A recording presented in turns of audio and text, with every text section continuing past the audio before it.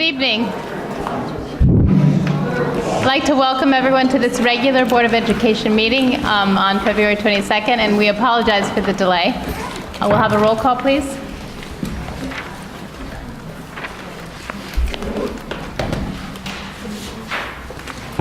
Mr. Rykhus? Yes. Ms. Garrison? Yes. Mr. Brown? Yes. Ms. Phillips? Yes. Ms. Chow? Yes. Ms. Kartha? Yes. Ms. Quattrocki? Yes. Approval of the agenda, Claudia? I move that the Board of Education approve an amended agenda for tonight's meeting to remove the bond sale and bond expenditure approval from the consent agenda to be considered as a separate item. Second. Roll call, please. Mr. Rykhus? Yes. Ms. Garrison? Yes. Mr. Brown? Yes. Ms. Phillips? Yes. Ms. Chow? Yes. Ms. Kartha? Yes. Ms. Quattrocki? Yes. Motion passes 7-0. We'll start out with our formal presentations from the public, and Paula Zielinski is up first.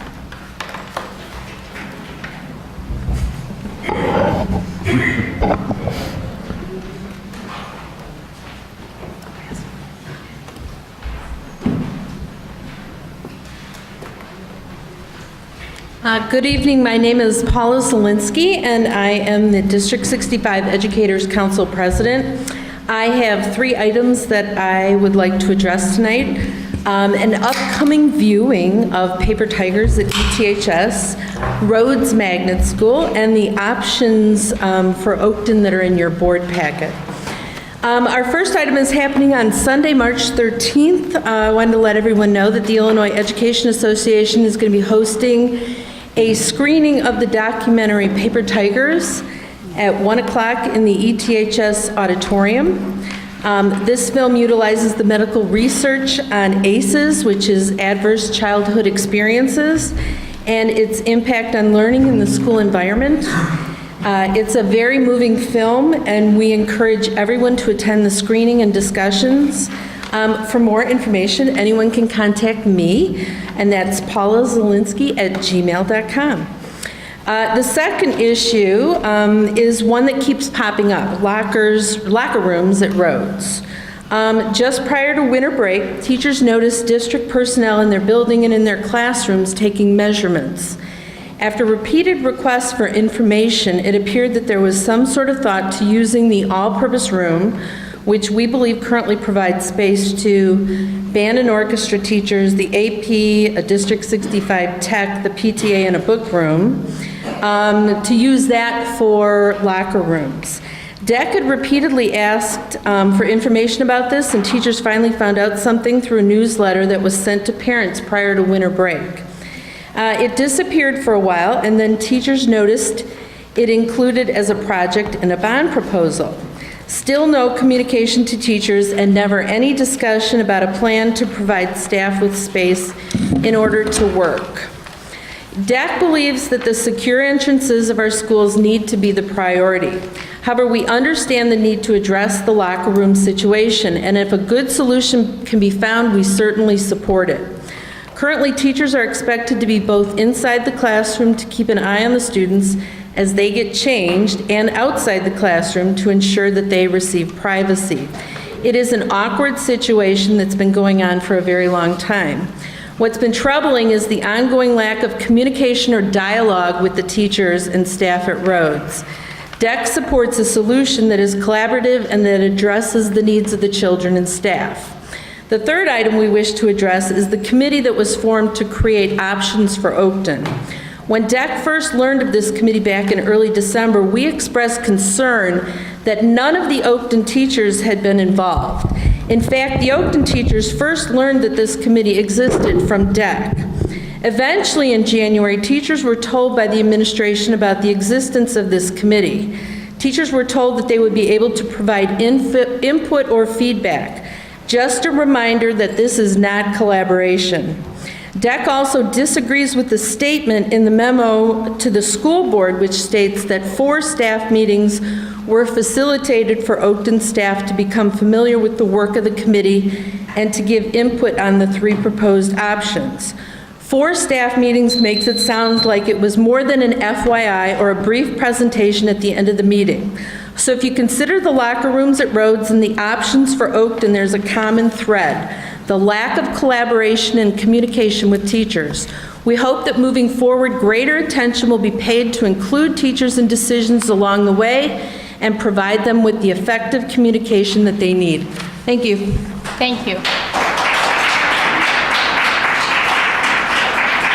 Amina DeMarco?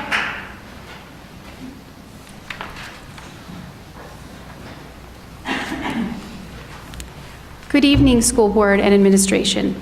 My name is Amina DeMarco, and I am the parent of a 2nd grader, a 4th grader, and a Bessie Rhodes alum. I want to thank you for the opportunity this evening to speak on the bond sale and for putting that back up, taking it off the consent agenda and agreeing to talk about it this evening. But before I speak to what I had prepared, which will change a little bit in light of that, I wanted to acknowledge the Rhodes community that came out this evening in support of changing in locker rooms for Bessie Rhodes. So if you are a community member, please stand now.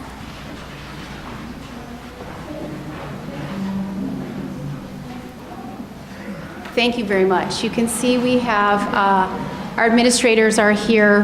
We have our faculty, our gym staff, we have support staff, family members, and most importantly, we have a good showing of our students who this issue affects most. So thank you for the opportunity. Specifically that there is no proposal right now, or there's no amount or proposal on the bond memo to adding changing rooms to Bessie Rhodes. Moreover, I'd like to point out that there is no line item on the district's master building plan for locker rooms right now. There are line items for renovations to locker rooms to other schools, but there is no line item right now for adding locker rooms. So because of that, because we don't have locker rooms and have gone without for so long, last Thursday evening was our very first community meeting at the school regarding adding changing rooms to Rhodes. Even though it was 21 years in the making of having this discussion, it was a very productive discussion, and it brought up many ideas and options from our faculty and families.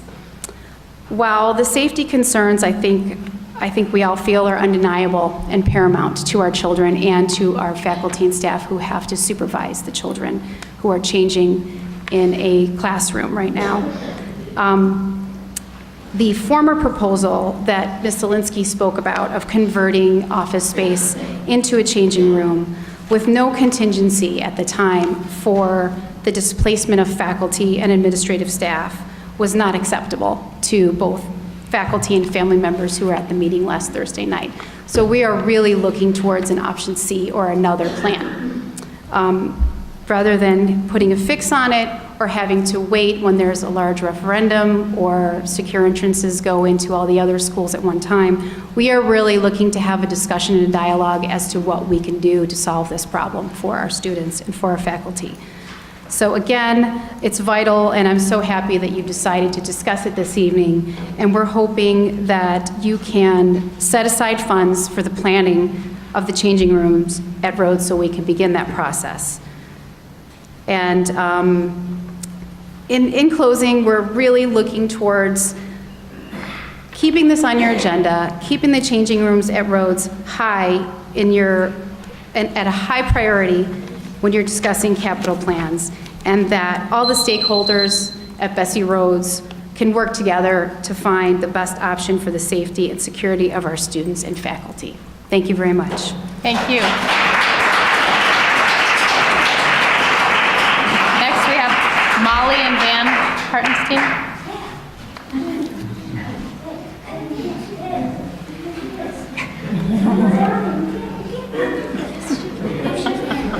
It's okay. It's all right. Everyone you can all stay. Yeah.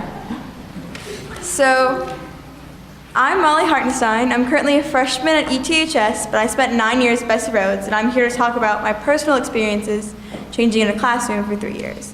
So earlier this evening, I texted a few of my friends to tell them I was speaking about changing rooms at this meeting. Each one of them expressed the need for these renovations, and each one shared experiences of both walking in on others and being walked in on while changing. During my time, I witnessed people accidentally walking in on others, purposely walking in on others, and seeing others through the windows in these classrooms, which, in addition, changing far from the gym causes delays that reduce instructional time for both gym classes and students using those rooms next. These dangers cannot be overlooked by the district any longer. This issue needs to be addressed by the people in charge, which is why I came here tonight asking the school board to collaborate with the Rhodes community to work towards finding a solution. I personally feel that the best option has not been presented yet. We think it's important that all stakeholders have a say in developing a plan that's right for our school. I feel as if this is the time for administration and school board to step up and make a difference for the 360 plus kids at Rhodes. Students over the last few days have collected signatures from students and staff and parents showing their support and need for these renovations. They have collected over 130 signatures in just 3 days. Oftentimes we hear from the district that they didn't know that we all wanted these changing rooms, but we've shown you. Right now is a time to make a difference for all the students, past, present, and future of Rhodes, and to show them that you really care. Want to say anything there? My name is Van Hartenstein, and I am here to talk about why I think that Bessie Rhodes should get locker rooms. I have started a petition to get locker rooms for Bessie Rhodes. We've collected 139 signatures. I believe that Bessie Rhodes should get locker rooms. In closing, everybody hates Mondays, especially this one, but it doesn't have to be a terrible one. Keep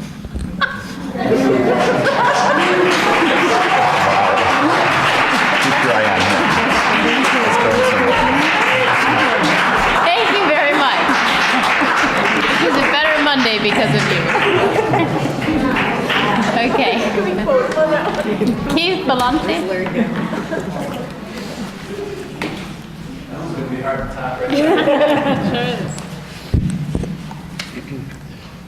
Dear District 65 School Board members and administration, my name is Keith Vellante and I'm one of the physical education teachers at Bessie Rhodes.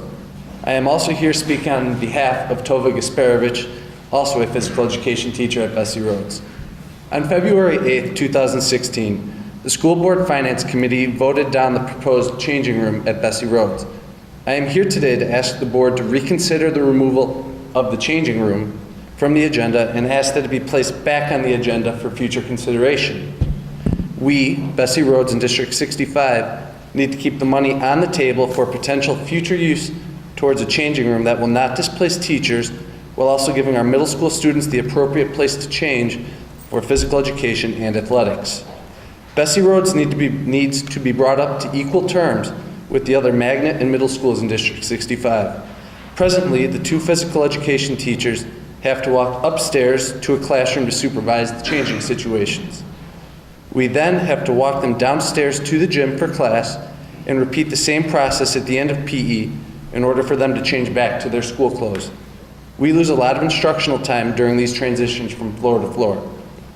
More importantly, having our students change in classrooms, which have many windows that are covered poorly, is a major privacy and liability issue for teachers and students. Our students ask every day, when are we going to be getting the locker rooms or changing rooms they clearly deserve? As a teacher, I have no answer to them. So why is it that our school board doesn't feel that we need them? Every child, every day, whatever it takes. Let's put our district motto to use and do whatever it takes to get our students what they need and deserve. Thank you.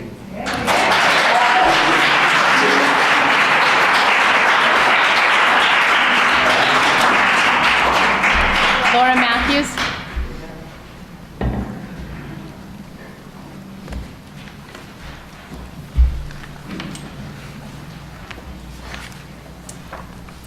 Good evening.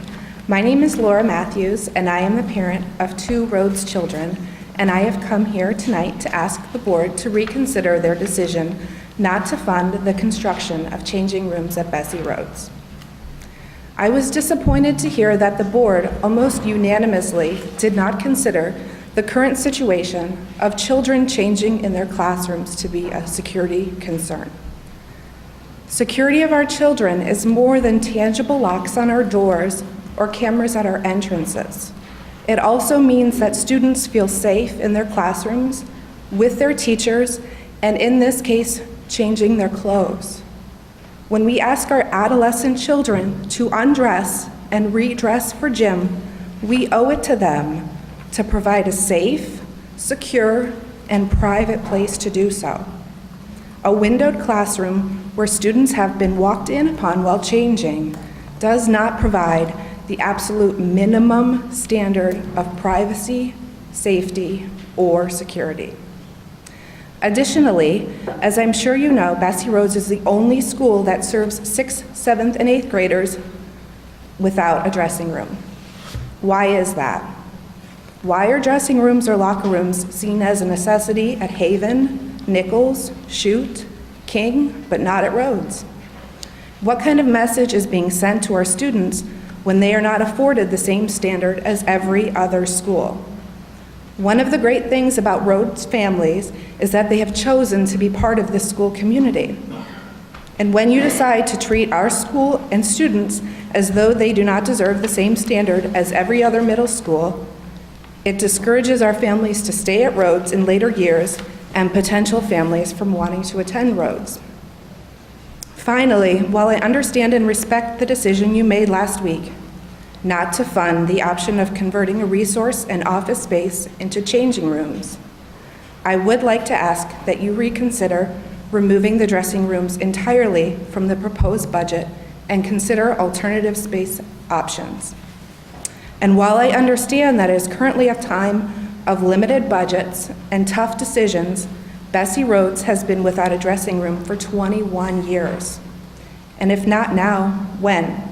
There is simply must be another option to waiting for a passing referendum with a time frame of to be determined. Our students' privacy, safety, and security must be worth a second look and a creative solution. Thank you for your time and consideration.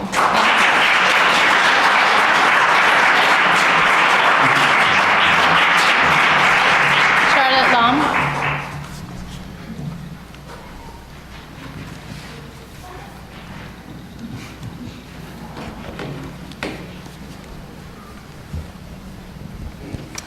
Hello, my name is Charlotte Baum. I am in 4th grade at Bessie Rhodes. I am here to talk about the locker or changing rooms at Bessie Rhodes. I think that Bessie Rhodes should get a locker or changing rooms. They are needed because privacy is important. Having a regular place to change for gym instead of an open classroom where people could walk in makes everyone feel safe. It would also be nice to have a place to put your personal items rather than them just sitting in a classroom. When I get to 6th, 7th, and 8th grades, I might want to play school sports. I would like a place to change and get ready for the game. I know that if I was a visiting player at our school, I would feel more comfortable having a place to change. Thank you for listening to my thoughts.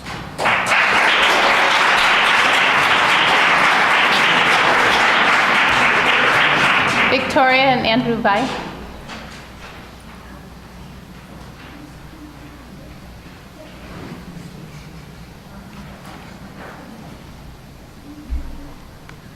Hi, I'm Victoria Vai, and I'm introducing my son Andrew, who's a 7th grader at Rhodes Middle School, and his experience of the locker rooms. Hello, my name is Andrew Vai. I live in Evanston at 2514 Prairie Avenue, and I also go to Bessie Rhodes like most of the kids here. I'm the vice president of the student council, just to give me some props.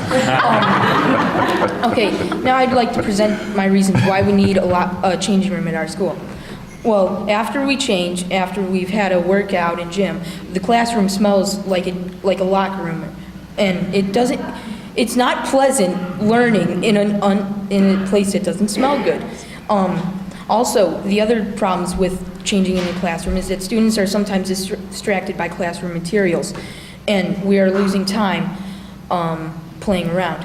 Another reason is, while I understand how we're the smallest school in the district, all middle schools, or schools that have middle schools, have changing rooms in Evanston, public and private. And some of those private schools are smaller than us, which I don't understand why we don't have changing rooms. If I understand that we're the smallest school in the district, but we're not the smallest school in Evanston that has them.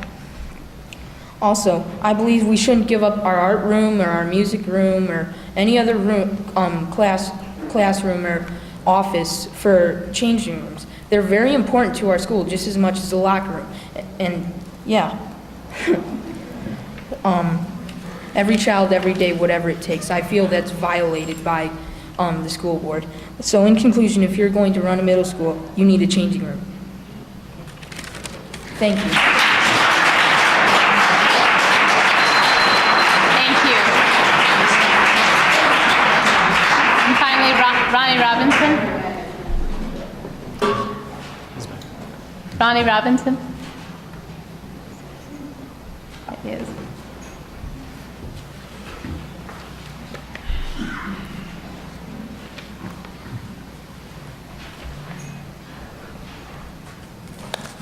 Good afternoon.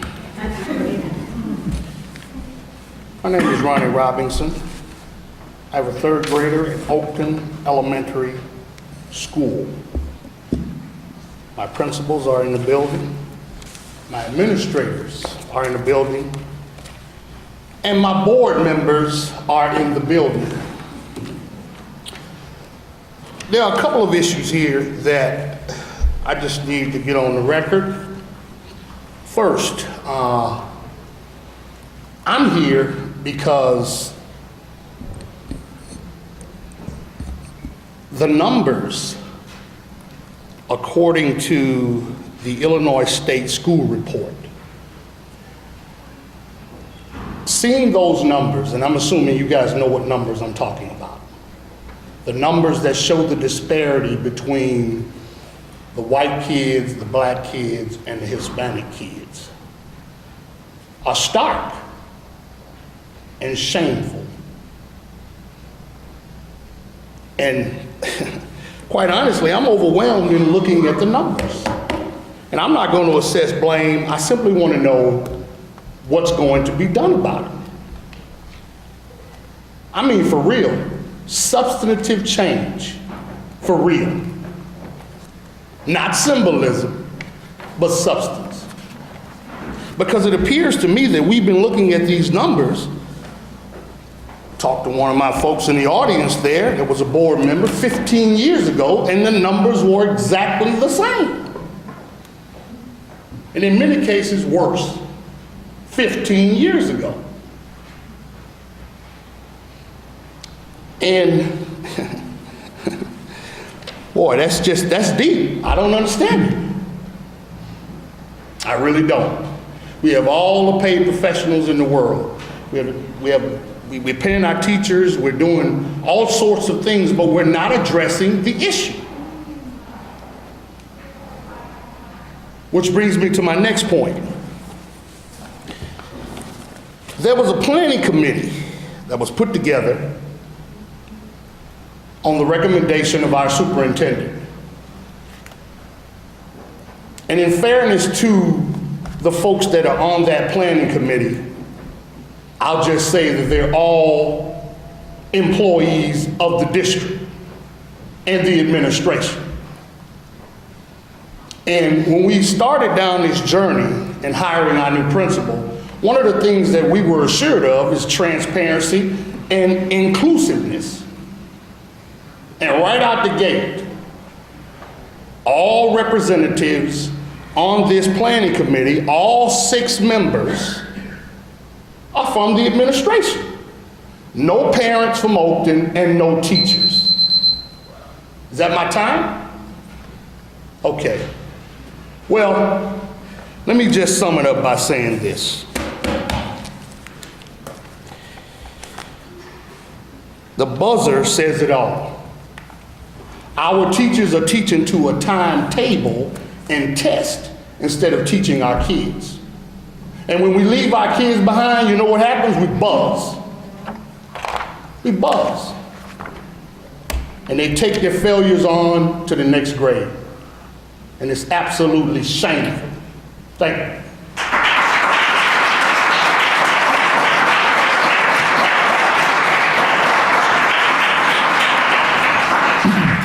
Thank you. Now I'd like to turn it over to Paul for our board and district communications. Thank you very much, and thank you, citizens, for being here tonight. Let me start, as I often do, with taking the opportunity to recognize several staff and students from across the district for their many accomplishments.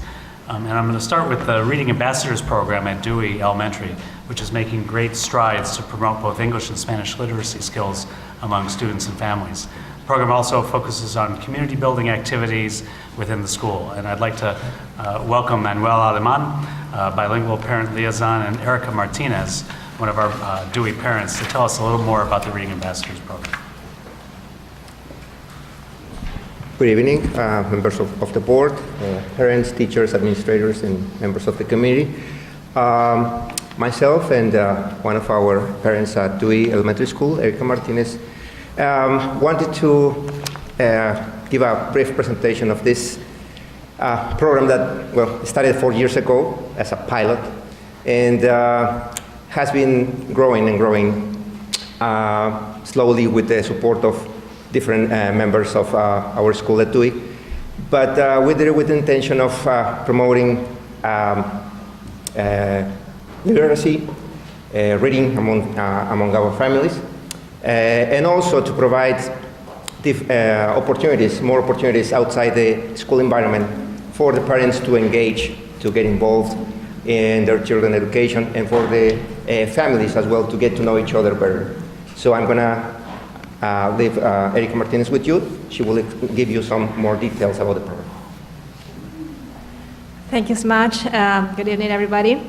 This program started 4 years ago at Dewey Elementary, taking us a pilot class, the kindergarten TUI class with Ms. Carbone at Dewey. We started with the objective of including TUI Hispanic families to community and school events, because we noticed that they didn't participate considerably less than the rest of the classes of the families. So we decided to think of a program that could expand our frontiers beyond the school, beyond the class. So I put my own place, that pictures that you can see there, it is my own place, my own home. And we invited a teacher, we invited our principal, who was always very supportive of this program, and the whole class was invited to share the stories that kids were creating and the stories that kids had picked up in the class. So the first year we got a very good acceptance, we got a very good attendance, about half of the class among all the students, and many Hispanic families also joined the program. So the first year was really good. The second year we decided to keep with our class, with the kindergarten class, and then incorporated a first year teacher as well. So we got 2 classes. Now we have 4 classes. It is kindergarten, first year, first grade, second grade, and third grade. And next year we will incorporate as well 4th grade. And we have very good results there. We are also applying for a grant this year with Foundation 65 to finance one of the main results of this project. This is the second year when we are also publishing books created and illustrated by our own kids, by our own first graders. So they decide their story, they decide their characters, they illustrate, they create a book, and we send it to the professional publishing corporation, and they publish the book for us. So each kid received in these 2 years, each kid has received their own book, regardless of the capacity of payment. So families paid a portion of that book, and the family and the school covers the rest of the cost. So no one is denied a book for lack of payment. So this year, to help us finance our project in first grade, we apply for that grant. The plans for next year is to expand this program and to include from kindergarten to 4th grade, and get this publishing project in 1st grade, 3rd grade, and 5th grade. So the kids are writing, are illustrating in first grade. In third and fifth grade, we are writing an anthology, so every kid is responsible for a part of the book for the entire class. So this is basically what we're doing. Thank you so much for listening, and this is a very interesting project that is going on at Dewey, and we will hope that other schools take this into consideration and also start a program like that in other Dewey classes, because this is important for our Hispanic community. Thank you. Thank you. Thank you very much, and thank you. Thank you, Erica and Manuel, for your leadership on that. Three more quick announcements. On January 23rd, our middle school librarians partnered with several organizations in the community to host a literature festival geared towards 6th to 8th grade students. The event was a great success, with over 100 students spending their Saturday afternoon hearing from different authors and participating in discussions around their stories. I want to particularly recognize Amy O'Dwarka from Haven, Kafira Philippe from Nichols, Rika Sudek from Chute, and Tracy Hubbard from Bessie Rhodes for spearheading this event. Over the past weekend, I had the great joy of both participating and eating at the FAM Pancake Breakfast Festival, which included a wonderful pancake breakfast and then the culmination of another season with a great and exciting basketball, a wonderful community event, and really a wonderful commitment by both the adults and the students in support of our student athletes, many of whom, if not most of whom, are District 65 students. And finally, I'm excited to announce that the Safe Stop bus app went live for District 65 families last week. The mobile app gives parents the ability to track their child's bus in real time and to receive alerts in the event of schedule changes. More information and instructions about downloading the app are currently available on the website, the District 65 website at www.district65.net. I don't have it. Okay. Now we're on to the consent agenda, and that is board communications. Oh, Melissa. Should I? Sure. Are we going to say something about this or no? Yes. About on the classroom's first site visit is on this list? Oh, I'm sorry. Oh, yeah, that was the... Sorry. I can say something? Yeah, or you can please do. Okay, I was wondering what that, I forgot that was the title of it. Thank you. So we are organizing, with Adila's help, a site visit to our neighbors in Skokie in District 69 and District 219. So that's the Skokie schools and then the Niles North and West schools. They have a joint agreement on STEM, on science, technology, engineering, and math.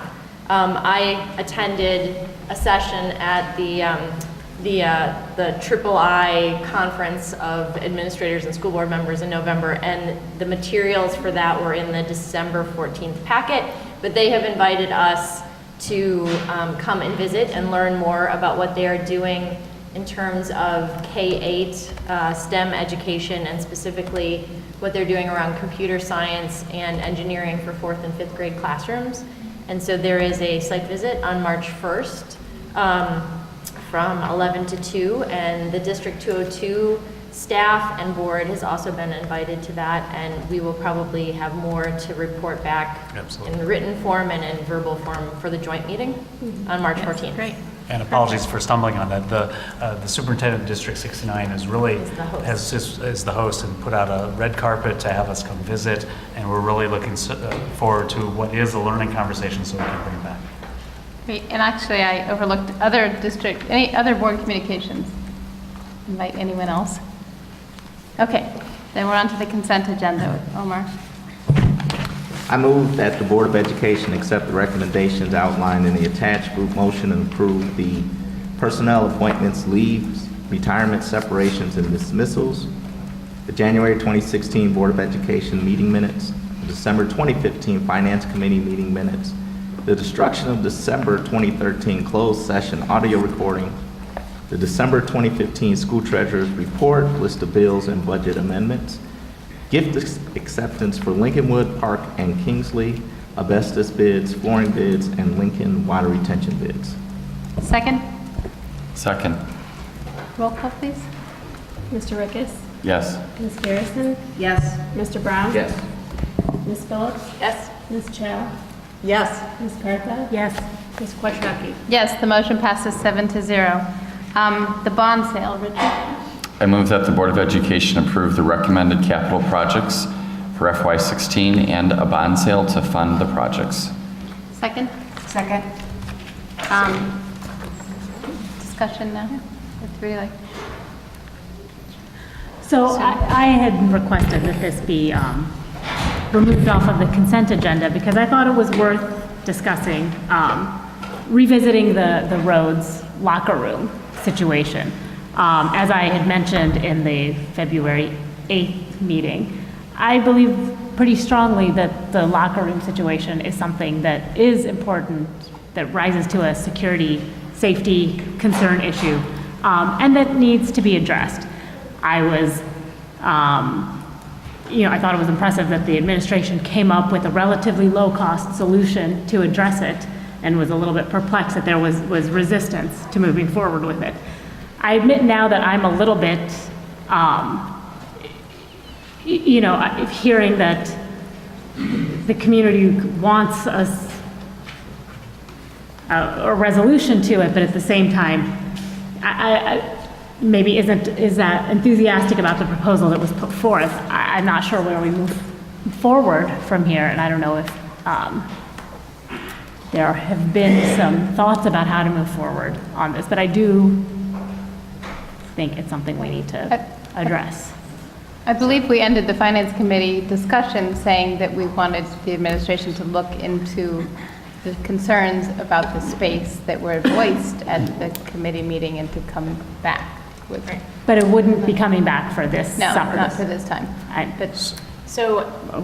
And that meeting happened a meeting to address the concerns that were put forth on the February 8th meeting happened at Rhodes last Thursday.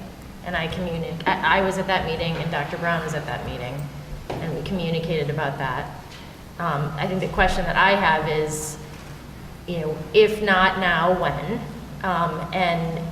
As Amy DeMarco mentioned, it is the locker room or changing room is not even on the $90 million list right now. So I think there's a question of if not now, when, and why not now for that, for this amount of money. I think one of the things that was illuminating to me at the meeting last Thursday was the creativity and thinking about some alternative solutions, including, as I mentioned to you all by email, like a trailer, which is actually a real option for that price point that could be used. So I think there are creative options for the now, if the board were to put it back. And then the question is, if not now, when, and how is that going to get in the queue? So if I may, and then go back for a discussion. After the board finance committee meeting, I asked Mary Brown, Dr. Brown, to pursue options and lower cost options as well that might be viable. And Mary will talk about it in a second. But part of that was also, and I want to thank the members of the Rhodes community for coming out and also participating in the meeting last Thursday. I think it was an important meeting. And there are a couple issues. One is, are there options that are lower cost that also can be balanced within the other needs of the school, so that if there's a displacement of colleagues who are in space, that we have a viable place for those colleagues to go. So that's one piece. Two is, are there lower cost options that we can bring forward? And then three is a financing piece, which is, if not paid for by our debt service, do we have available operating costs to do this? And that's a tough question to ask. All these questions are tough on the financial side, given the financial constraints we have, but that's the pursuit that I asked Mary to go forward on. Mary, do you want to comment on a few, please? I've been out to the school with our building and grounds director of late, and had been in previous years as well. We did look again at the space that we were proposing converting into changing rooms, and we did walk the school. We did find a place to store musical instruments that were currently being stored in this small area. We did find a place where the book room could be returned to the copy room, which is where it used to be prior to being moved to the separate area. We did look at areas on the stage and the auditorium where the band and orchestra teachers could be housed for the before and after school lessons that they offer in that room. And we did look at space that could become shared space for the assistant principal, and that was either, as we discussed today with the principal, in the principal's office, we could create a shared space with some cubicle wall for some privacy, or the social workers' room could also be converted to accommodate a second person. Richard? I want to share a little bit of my perspective, which I think offers a little bit of history, but also might reflect some context that other board members could think is important, or not, but at least from my perspective it is. The first thing is just a little bit of history, and the gentleman who made the comment isn't here. And actually, I see that about 2/3 of the parents who were here have left. So if the community that is here could make sure that our comments make it back to them, we'd really appreciate that. Comparing Rhodes to some of the other middle schools, you know, Rhodes was built as an elementary school. It wasn't built as a middle school like all of the other schools. So the starting point is a different starting point. And I think the challenge for the board is we're having to look district-wide. And so while we understand that each school has its core capital or building challenges, and I think we've done some work I'll talk about in a minute to address those, we certainly understand that this is a very important issue to Rhodes, and yet we have to maintain a district-wide perspective. And I heard a couple comments about equity, and the reality is that our buildings are not equitable. Right now, there are schools that have gymaterias, which are the gym and cafeteria. So those students, you know, suffer when they can't go, when there's no recess outside because they can't go to the gym because people are eating in the gym. There are schools that have disconnected classrooms, so they're in separate annexes from the rest of the school, and lost instructional time, and concerns about safety with that. Accessibility. Our buildings aren't anywhere close to being the same in terms of accessibility. So there are real differences that our school buildings have. And this is one piece that is not the same at Bessie Rhodes. And they all have a real impact, I think, on our students. One thing that Bessie Rhodes does have that is very favorable, when someone commented about, you know, I don't remember the word, so I won't paraphrase, but there is a limitation right now on class size for Bessie Rhodes that doesn't relate to, it's built into the board policy, and you can look it up if you'd like. That favors Bessie Rhodes. And there would be some people that say that's not fair. And I simply raise that as a point because it is in the board policy, so you can go and take a look. So I think when we talk about what's equitable for our buildings and for our school communities, it's more complicated than just looking at a singular issue. And in fact, we have really methodically, for at least the last 3 years, looked at all of the $90+ million that we could spend. And the board prioritized, and you know, not just this board, but you know, the board before that, what projects required the greatest investment. And we had to make some very difficult choices. You know, part of that discussion was identifying which schools needed and were prioritized for a second layer of security. And it's really important because all of our schools have secure entryways, but we have added an additional layer of security to some of the schools, but not all of them. So we have very difficult choices to make. And in my assessment, we have been really rigorous in looking at which projects required the highest priority and investment. And, that's some of the history of how we've gotten to where we are today. I know that doesn't make me very popular, I'm sure, with the Bessie Rhodes community, and that's fine. I'm just calling it like I see it. And I think there's a lot of factual history to back that up. So I just wanted to be able to share that with everyone here tonight. Can I ask a question, just another historical perspective? Because one of the points brought up was this has not been on the table. And I don't recall in the previous referendum that failed, was this not a project that was part of this? There were specific drawings made up for this. I think it's fair to say that there have been opportunities. Again, it did not pass, the community did not put that forward, but it's not that it has not come forward in some form or fashion as part of a larger package. And that's not to say it shouldn't come back again. One of the points that I think Mr. Marco made is that we do need, and I think we brought this up at the finance meeting on February 8th, this project in some form or fashion should be on the standardization plan, the 5-year plan. It needs to be added immediately. I don't know how that is scoped, and that should be left up to the administration working with the community.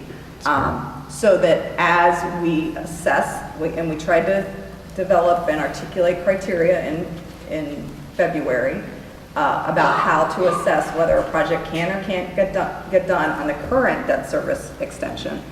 We tried to apply those criteria. We have disagreements potentially on where something ranks as a safety or a security issue, and I think that's how it fell out for the members of the Finance Committee and why they did not bring it forward, because based on the criteria we set forth, it was very much either in ill repair, we have to fix it for legal compliance reasons, or it's a clear safety concern for students.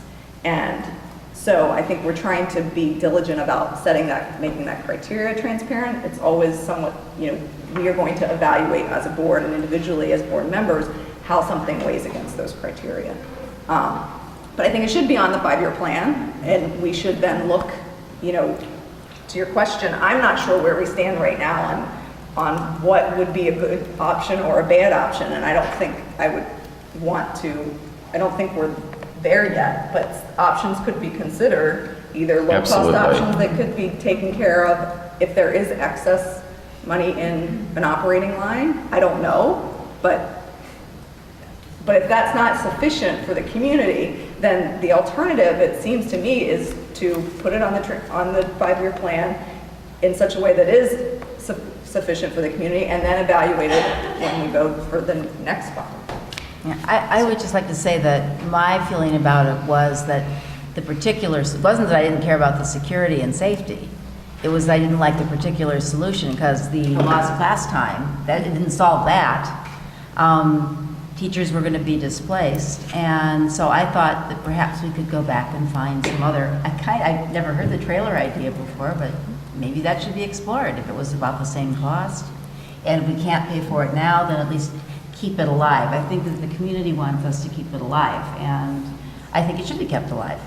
I think it is important, and it's kind of shocking. I mean, I didn't know personally that Bessie Rhodes was built as an elementary school. That kind of explains how that happened.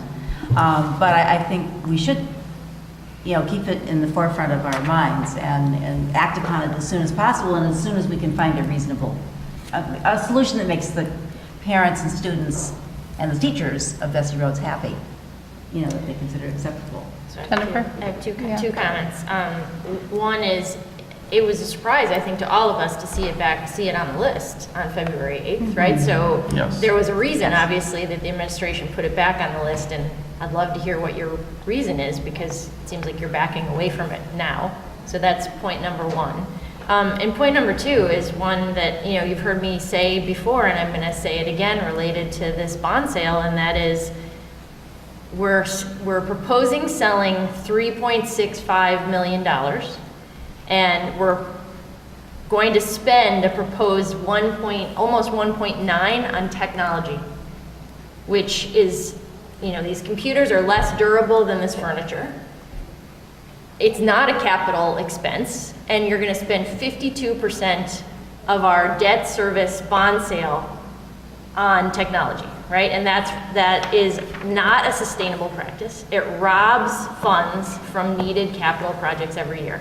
So I know most people on this sitting up here agree with that, but we have done we've put $50,000 back into operating. So yes, hooray, a small step, but 52% of this bond sale is going to go to technology, not to a capital project that's on that $90 million backlog. So I want to put it out there since we pulled this for discussion. So how do you solve that? Yeah, what do you propose? So in terms, For the 1.9 technology piece. we should be putting bigger chunks of money back into operating.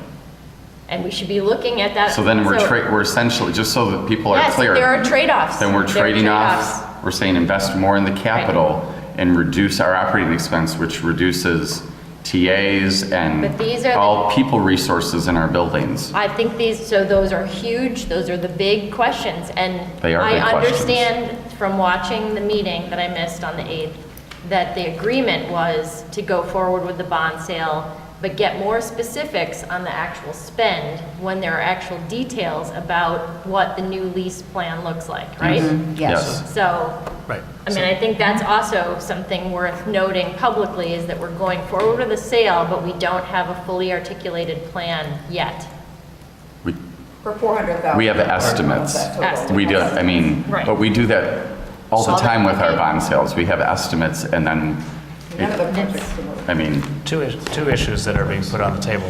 One is, why did we put it into the proposal? We put it in the proposals just so that it would be an alive issue, and we can move forward. I think we can make the adjustments as the board has suggested on the 5-year plan and do that appropriately and make sure that we can move forward.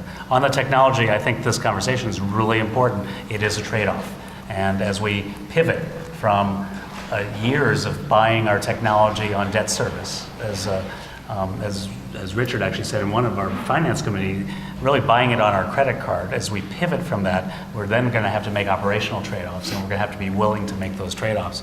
We have a schema of what it would take to move all those resources into to the budget for the future, and it's not a pretty schema without making those trade-offs, and those trade-offs would have to be considered in our budget process as we move forward. So I feel very comfortable in the recommendation that I'm at least hearing, I think I'm hearing, on making sure that the project's added to the 5-year plan for the roads locker room.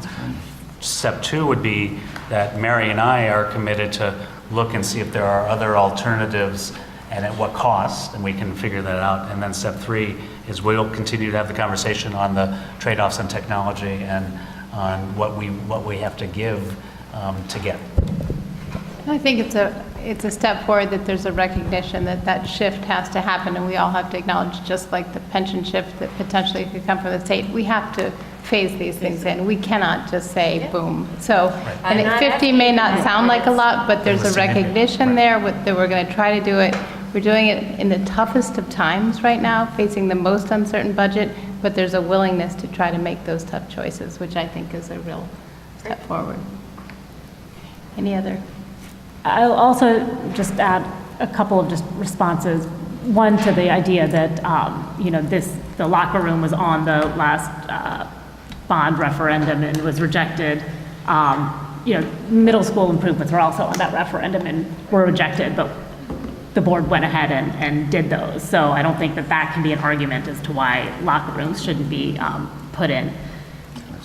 And as for enrollment-related facilities were, I think, improvements like this. I think her point was simply that it wasn't, it hadn't been ignored historically, that it had been. No, understood. And also, the idea that we have this timeline, and I agree that we are trying to stick with it, and I don't disagree that there has to be a process, but at the same time, we're about to, in addition to the technology, which is not, safety and security related,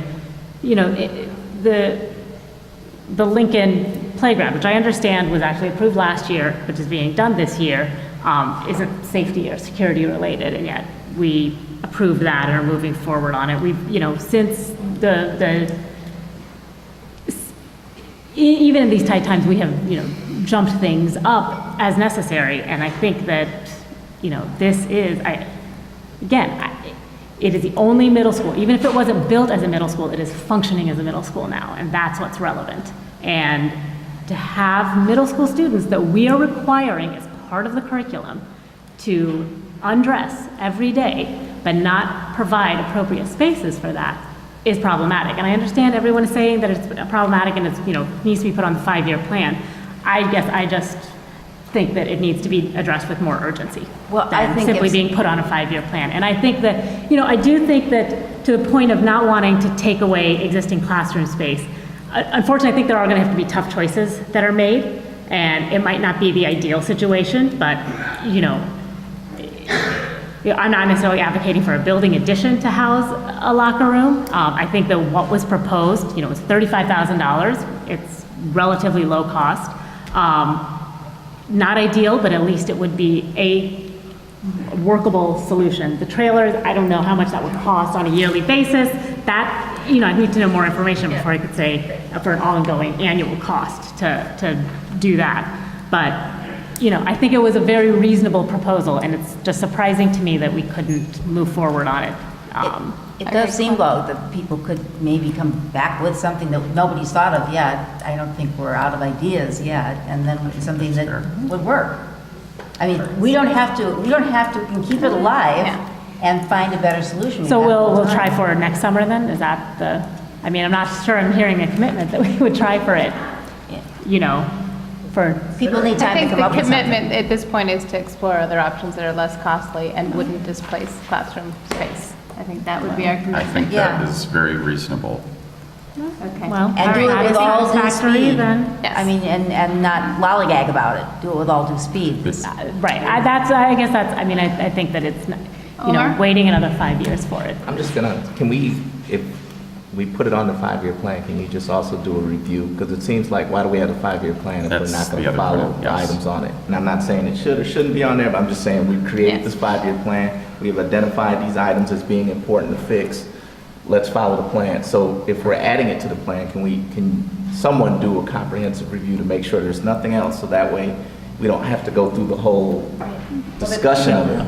Would that not be done in conjunction with the life safety survey as well? Because that will be happening. Very good point, Omar. We are going to be in need of a life safety survey this summer, and we'll expect to have a proposal to the board at the next Finance Committee meeting. The 5-year plan projects have been on our summary report. They have been delayed because of a lack of available debt service extension-based funding, which is how we fund capital projects, including technology, purchase leases, and software items. So we have actually had to prioritize the outstanding projects, and those that remain in the forefront and that we're scheduling are roofing and masonry, and even at that, those projects are being subdivided because we can't afford to do, for example, the entire King Arts roof. We brought a bid for a partial roof replacement that's actually on the agenda for this evening. So we are needing to prioritize projects very carefully. I know the secure double vestibule entrances is a priority for the board. As I said, roofing and masonry has been that of the Building and Grounds Department's priority, and we recently learned that we have some HVAC units in some of our buildings that are original to the buildings that are not in the best operational condition, and they will need to be replaced over the next 5 years. So I will be working on updating the 8-year plan, which is not included in this packet, and I need to dovetail technology needs and projections there with updated capital projects. And the roofing architect was out again today. They will be reassessing our roofs, which he's been doing annually because we have been delaying those projects. So we have more projects than we have funding. And on this particular project, we can make a guarantee that we'll come back with whatever the viable alternatives are. And we'll work not only with Dr. Brown with Mary and Don Stevenson, who is our head of our buildings grounds, but with the leadership team, so with Ms. Norwood and Ms. Sokolowski, to be able to find what would make sense in the school, and then to be able to propose that, and either propose that as part of the 5-year plan, or if there are other resources available, we'll try to do that. Again, if we're going to do this from operating costs, it's going to be significantly less, it would have to be significantly less than what we proposed in the debt service, just so that we can edge out some of those resources. Does that make sense? It does make sense. Clear. When we say 5-year plan, we don't mean, like, that was the standard, we're talking about the standardization plan, correct? There's a summary. Standardization, it was called 5-year plan, but it's not. It's the $90 million spreadsheet. Yeah, the Never was it ever intended, was it going to happen in 5 years? Well, That's fair. Very important point. But just to be particular, we have a summary capital report that totals around 90 million. There is a standardization piece. There are life safety identified projects in a separate piece. There's the 5-year capital projects plan, which is not a complete plan, by the way. Those were the highest prioritized items to be put on a 5-year plan. So we were aware what they are, but there are additional projects that are not on there.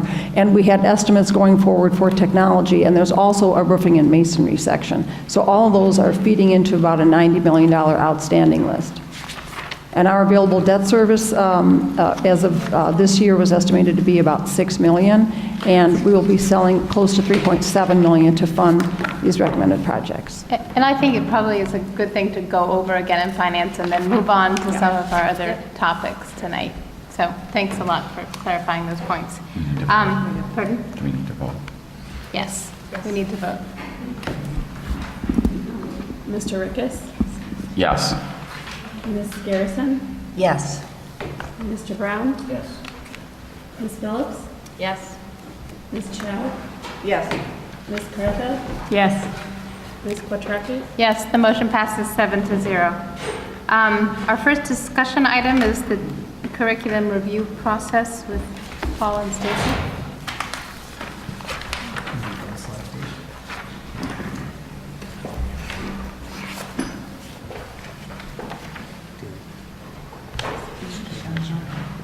Should we go over there?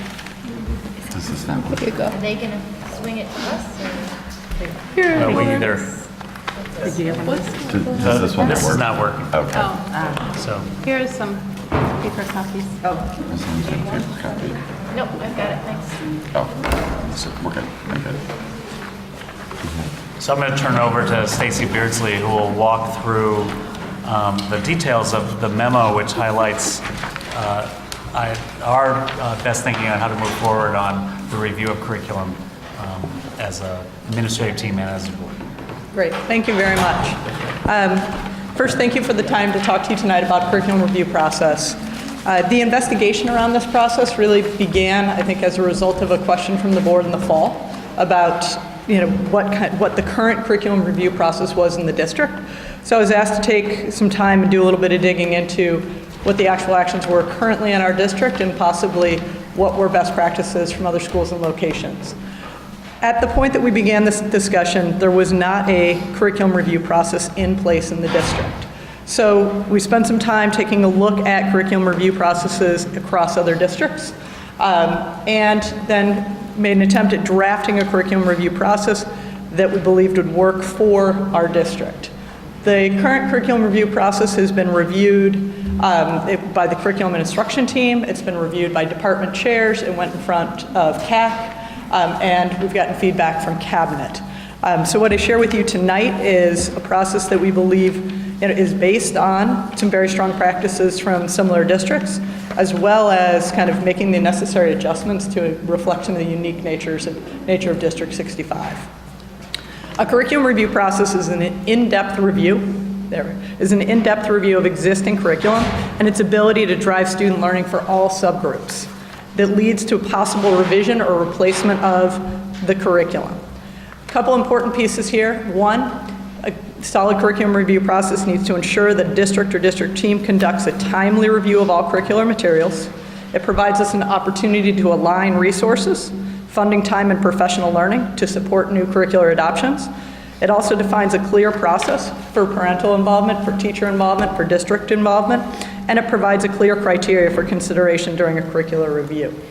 This process is intended to provide clarity for when reviews would happen, what the steps and processes for a complete review are, and therefore will create clarity for our movement forward around different curriculums and different content areas.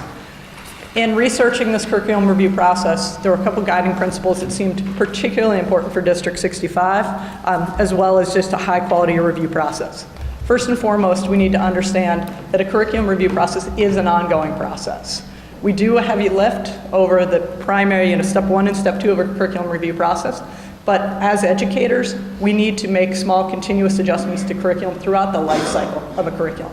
So tonight, the review process that I'm sharing initiates a review for curriculum every 8 years, which I admit is a long period of time, but we'll explain why this makes sense in our district. But it is important to understand that as educators, we never stop taking smaller looks at the curriculum and determining if the curriculum is working for our students. So curriculum review is an ongoing process. It needs to allow for flexibility to respond for unforeseen circumstances. It needs to allow for reviews of varying time and depth. Our review time committed to science will be different than our review time committed perhaps to library or to physical education based on the amount of contact time and influence it has on students and student outcomes. We need to support, a curriculum review process needs to support collaboration, communication, and alignment within and across district educators. This is a great opportunity for us to be talking across departments and across schools and finding ways for us to align and capitalize on the strengths and possibly find cross-contact connections in the work that we do.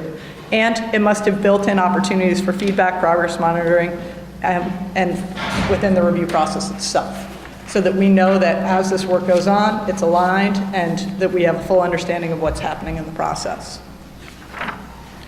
So the curriculum review process that I'm sharing tonight has 4 steps. The initial step is research and development.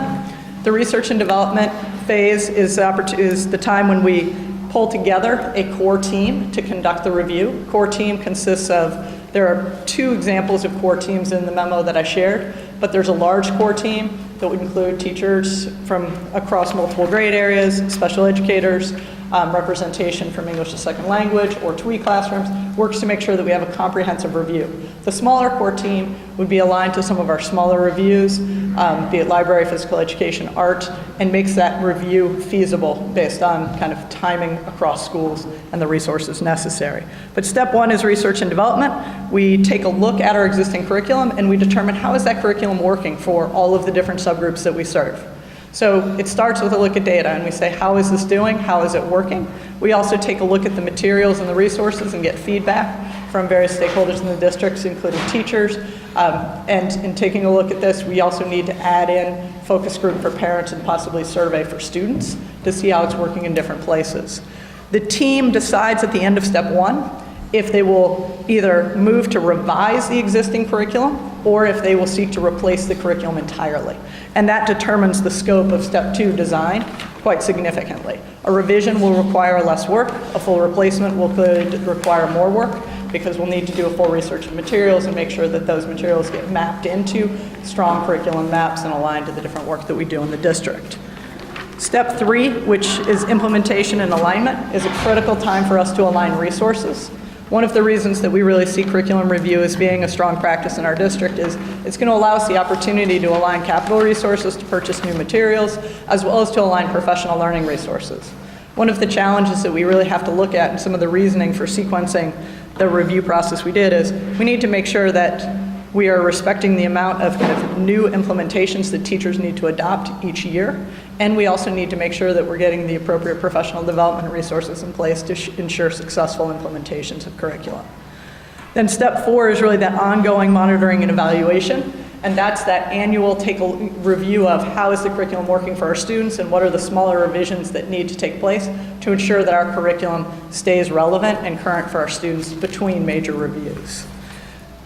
On the diagram, we also show that there's an advisory committee and a convening of curriculum leaders. The advisory committee consists of individuals across content area as well as a representative from ETHS, and it's our opportunity to make sure that the core team has an advisory team to check in with and make sure that they're executing the necessary steps in the review and that they have guidance from a set of individuals that can provide expertise in their work. The convening of curriculum leaders annually is our opportunity to review the process. What we're looking at today has been reviewed, but as we go and execute this, we may realize that there are revisions that we need to put in place, and that's our annual opportunity to go back and revise this review process to ensure that it's strong and it's meeting the needs of the district. Timing for our curriculum review process.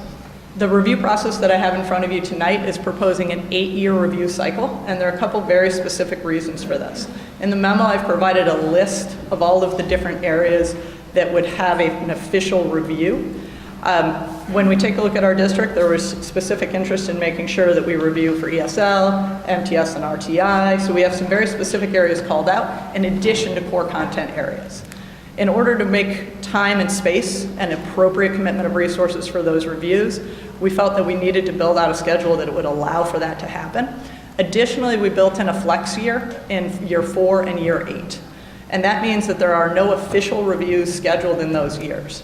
And the reason for that is we have national standards that change, we have state standards that change, we have new requirements that come in, and it provides an opportunity for us to adjust our schedule when those types of revisions come in. It also allows an opportunity for us to develop new courses, to take a look at new opportunities, because as we look 8 years out, we don't know all of the opportunities that may present themselves, nor do we all know all the changes that may present themselves. So year 4 and year 8 don't have any scheduled reviews, and the thinking is that those years would be used for adjustments in the schedule and to add in reviews that are necessitated by changes in conditions or desires to add new courses. I think that largely, the other quick piece of it is you'll notice that on the timetable, reviews have a varying amount of time. In meeting with department chairs, the librarians, arts, they felt that they could conduct stage 1 in a shorter period of time as well as stage 2, whereas when we thought about ELA, math, science, there was a larger timetable that was needed because we also need to coordinate with a larger team to make sure that we're getting appropriate coordination and voice in the opportunity. So I think that is, the last piece of it is that start times were also backwards mapped. So essentially what we did is we tried to figure out when should curriculums be actually going live with students and teachers, and then back mapped the planning process from there so that we could again monitor the amount of new curriculum that teachers need to experience on an annual basis and new adoptions. So I think that's, at this point, I'm kind of open for questions or feedback. Great, thanks so much. Questions? Candance. First, I just want to say thank you, Stacy. Thank you to the team. I think it has been rather disconcerting to know that we haven't had this type of cohesive planning process in place, and even though it may take 8 years, that we are committing to it in an ongoing basis. Yes. and an intentional way. So thank you for that. I think it's like a huge step forward for us, and it also enables us to implement our board policy that requires as such.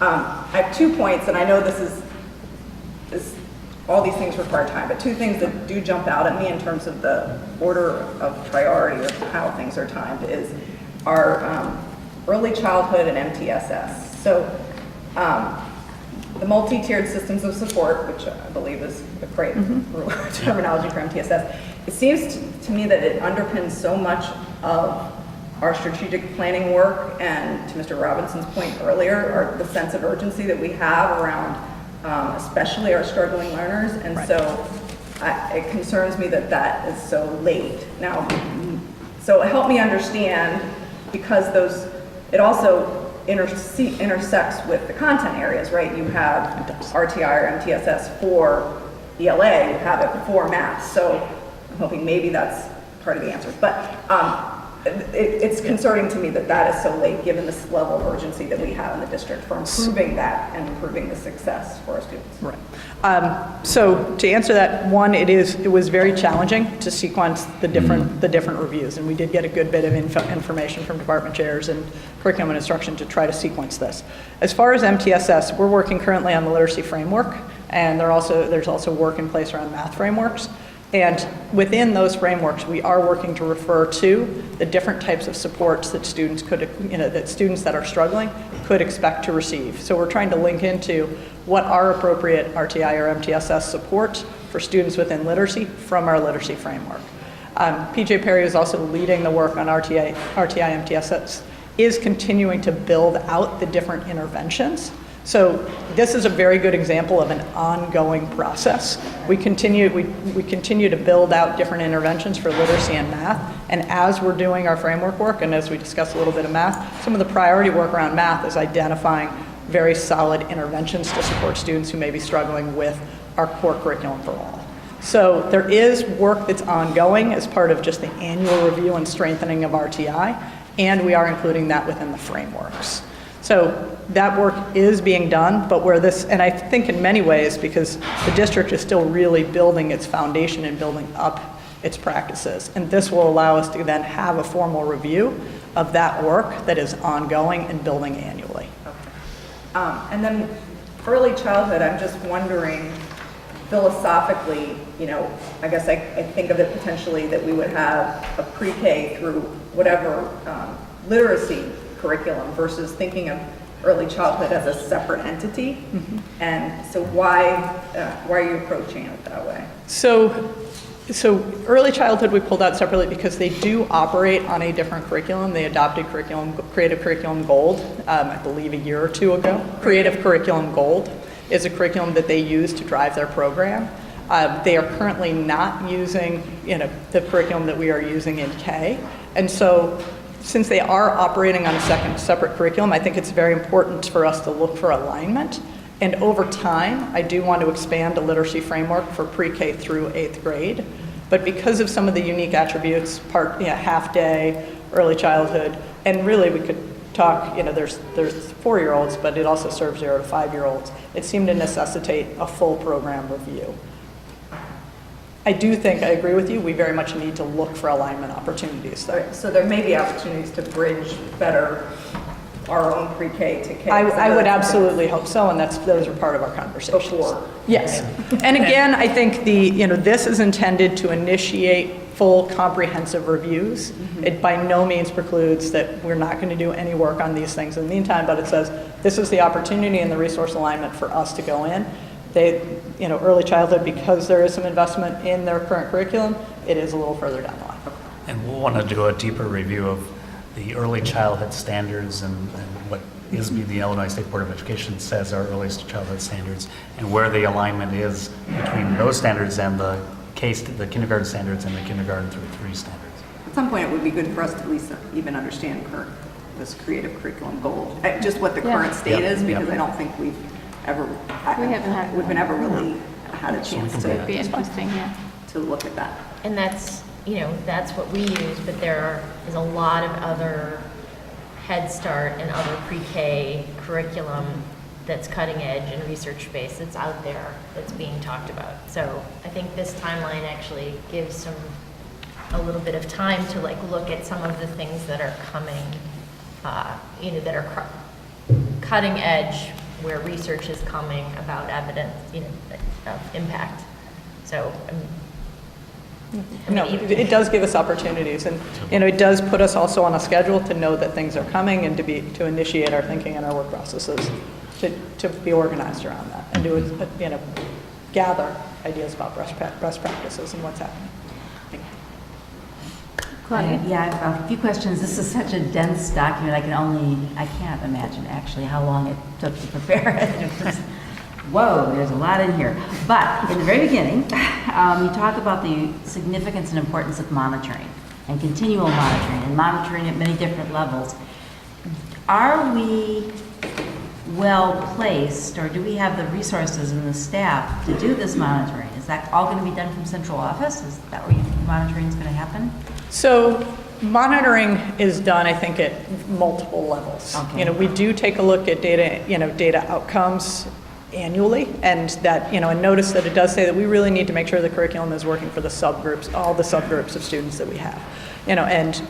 So that's absolutely important, and that is some of the overarching data that Peter's group does provide for us. We also then have our district leads are over major content areas.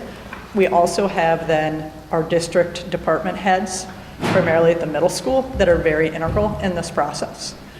So I think we really need to look at the different layers that we have in place in the district. Department chairs for library, for ELA, for math, and middle school are all very critical when it comes to kind of monitoring and implementation. And we have, department chair meetings that happen multiple times over the course of the year, where some of this dialogue already takes place about, what is working, what's not, what do we need to change in the curriculum, what additions of, novels, books, papers might be happening in that process. So, And so these we've are got different structures in place in the district that help us with that process. And these are genuine, it's not, this is what we want to do, what do you think? It's more, what do you think needs to be done? Is it a... My experience with these conversations is they've been pretty genuine, and we have a number of departments here that have very strong leadership. And the arts group was one that specifically said, hey, we want to get moved up, and this is where what we're thinking, and this is where we're going, and we're excited about this opportunity. And that's a group that is very, very teacher-led. Good, that's excellent. When you laid out the steps, the design, I guess you've just reassured me that you are going to have teachers involved in the design, because I think teachers often can look at an idea and say, that would work, but we would need this X resource, to make it work, and just provide really valuable feedback right from the beginning. So we have the core team, which does include teacher representation, K2, 3, 5, 6, 8, as well as EL, special ed, for the large core team and then a small core team. And then we also do have check-ins with the standing committees around the different content areas where there's a relevant content area committee, as well as check-ins with CAC.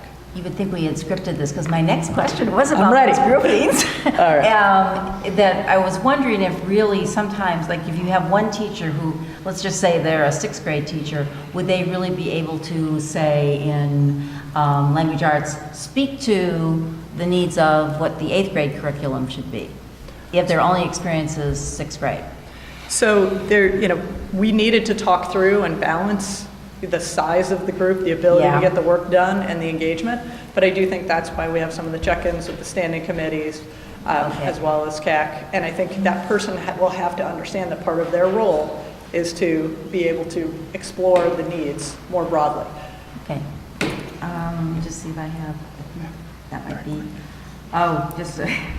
just a few others on your chart, and you have definitions, A, B, and C designations on the chart of the timetable. Yes. And I wasn't quite sure what those meant. They were actually just correlated to the year that the review would take place. Okay. And it's actually the implementation year. So B is 2017, 2018 it would land in classrooms with students at the beginning of the 2017, 2018 school year. And I may have missed it, maybe on here, and I just didn't see it. Computer skills, keyboarding, presentational skills. It's not really who teaches that, and what it needs to be kind of on here, I think. Yeah. So in the middle school, the media arts class is incorporated into the arts, arts review.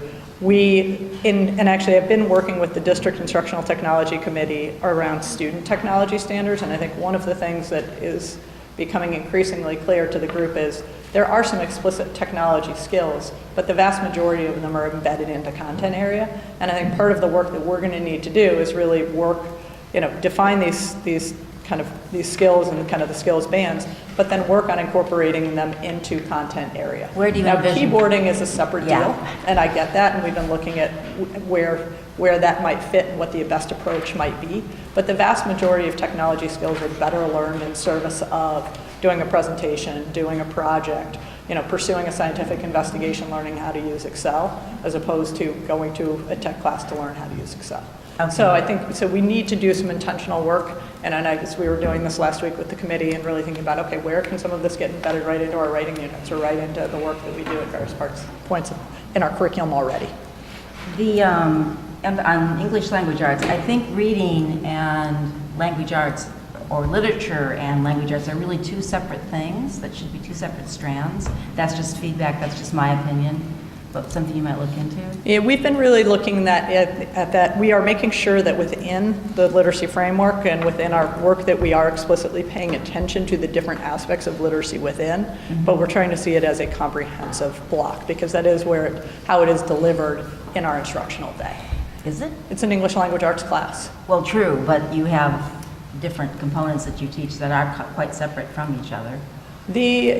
So there are aspects that are very much connected. We have grammar connected to their writing, and we have specific mini lessons and things that we do around those areas, but it isn't blended within, I'm more thinking of novel studies and things like that. Or do you have double period intention class. to bring back novel studies? What's that? Novel studies, studying a novel? I need to let the group do the curriculum review process. Okay. And I think that's it. Okay. Sorry to take so long. No, that's fine, Richard. Quick questions. I saw consultant possible on page 75. What were you thinking that person may do? So we're not using a consultant right now as we're navigating kind of the LA literacy framework. I have not discussed whether we use one in science, but there are places where we maybe don't have, so we have a STEM director. But there may be a situation where if we're taking on a larger review and we realize that there is some strong expertise beyond our district or somebody that could help us facilitate this process. That's perfect. That might be a worthwhile thing to engage in. Sure, and so it feeds into a second comment, which is how Northwestern might be able to participate. I think in a lot of these areas they have some expertise, certainly in the core ones that are listed with the large teams. And so they might be able to help bring that in. Because it leads to my third point, which is just about budget impact. Yep. And obviously wanting to make sure we're managing very carefully. How will these curriculum recommendations find their way into the budget? I could guess, but I would just be curious what your thinking would be. So as the group does their work, they are interfacing with the advisory committee, which has curriculum and instruction representation. And so I do think that that's a big part of my role, is paying attention to some of these reviews and making sure that I'm communicating with the district to ensure that we have the right sets of resources planned to support the reviews. So what I would suggest is that whatever recommendations come forward, that there be a conversation first about the curriculum. And the dollars could be part of that, but that we not sort of as part of the budget proposal also try and tackle the curriculum proposal. So that there's enough lead times that by the time we get to presenting the budget, we've already worked through and we know what those dollars might be. And I think in some cases we'd reserve understanding that this is coming and we may or may not spend that full amount, depending on whether it's a revision or a new adoption. And one of the reasons to pace this is to make sure that we have the available resources to both do the adoptions, do the professional learning, and make sure that we have the time to actually do this well. Yep. I'm going to jump in and I'll let you all finish, but just because Richard mentioned Northwestern, and this is something that I feel so passionate about, that when you say articulate and check with alignment with ETHS, I just feel like this is the perfect opportunity. When you look at this core team, to put back what used to be years ago, you'd always have an ETHS teacher there for coursebook adoption, for alignment. If we could just get a teacher back on those committees, we would start the work that we've tried so hard to push in that joint committee of real articulation. That's great. And I feel very strongly that might be a great addition. Okay. So register. Yeah, I could consider that. I mean, It just jumps it's a out good as idea. so anyway, and the other question I have is, I'm sure you've ordered these according to what has been reviewed in the past, and my one question was the early childhood, but you answered that for Candance. And then the social studies, K through 5, has that been reviewed? So K through 5 has not, there's been, not comprehensively. Not comprehensively. I do know that there's some needs there, but my understanding is those needs are more around provision of books that are connected to the units of study. Trade books, things along those lines. So, so my understanding is it's not necessarily a need for a full review, but we do need to take a look at whether we've put the adequate resources with that curriculum, but it's something I can definitely look into. Because I know that for many years, the Tweed K through 5 didn't even have a curriculum for a long time. So I just want to make sure that's not being neglected. Yeah, and TWE has done some work around some kind of content area units of study. And so we have a couple different things that are there. Okay, thanks. All right. Jennifer? You have questions, or do you want me to go? You go ahead. So this was fantastic, right? This is what we've all been waiting for a long time. So thank you for all the hard work that went into this. It was great. So one question I had was just, you made a policy reference in the beginning about policy 6 and then there are other pieces of our policy that I just wondered how it connects to 640 around curriculum development and then 660 on content, and I was curious if you could speak to that. So I did go back and take a look at 640 and 6:40 and 6:50, which I think are the two relevant policies that apply. And we seem to be, the policy in my read is in alignment with the additional policy documents. The one exception is that we do need to add in opportunity for parent and student input, which I think would be focus group and survey. And so I need to make a revision to make sure that it's in alignment with that policy. So that was my second Yep. question about sort of with our strategic goals around parent engagement, like where does that fall in that 4-step process? So thank Right. you. And that would be in step 1, as well as some feedback in step 2. Okay, and then based on this timeline, are you counting tonight's math discussion as a review? Tonight's math discussion is not a review. Okay. When we take a look at this, we indicate that I'm working on the literacy framework and that we're looking to begin kind of implementing elements of that literacy framework, which wasn't entirely a full review, but it's work we've picked up and we're running with. And we're starting the science review basically now. Okay. And then to Richard's question, I think one of my questions on staggering was, for instance, on your question about budget impact is, I'm assuming that we have not, as a district, had any big spend on science K-5 curriculum since the purchase of FOSS probably 8 years ago. I don't know if there's an annual fee or not, but getting up to next generation's science standard compliant will likely have a cost, and being able to have the sequence of the conversations and the budget impact, I assume in this next 2-year period when we're, squeezing blood from turnips, is going to be critical. Right. Right. And we, part of the science review is absolutely about ensuring that we get up to date on current standards with NGSS. And that process is beginning, and kind of the first step is going to be taking a look at the existing FOSS and determining, do we update and go to newer versions of, FOSS aligned, or are there other options that need to be considered? Right. And so we need to take a look at where we are in regards to outcomes and experience. And for the things that are in the 16, 17, 17, 18, have you guys done any scoping of potential budget or placeholders?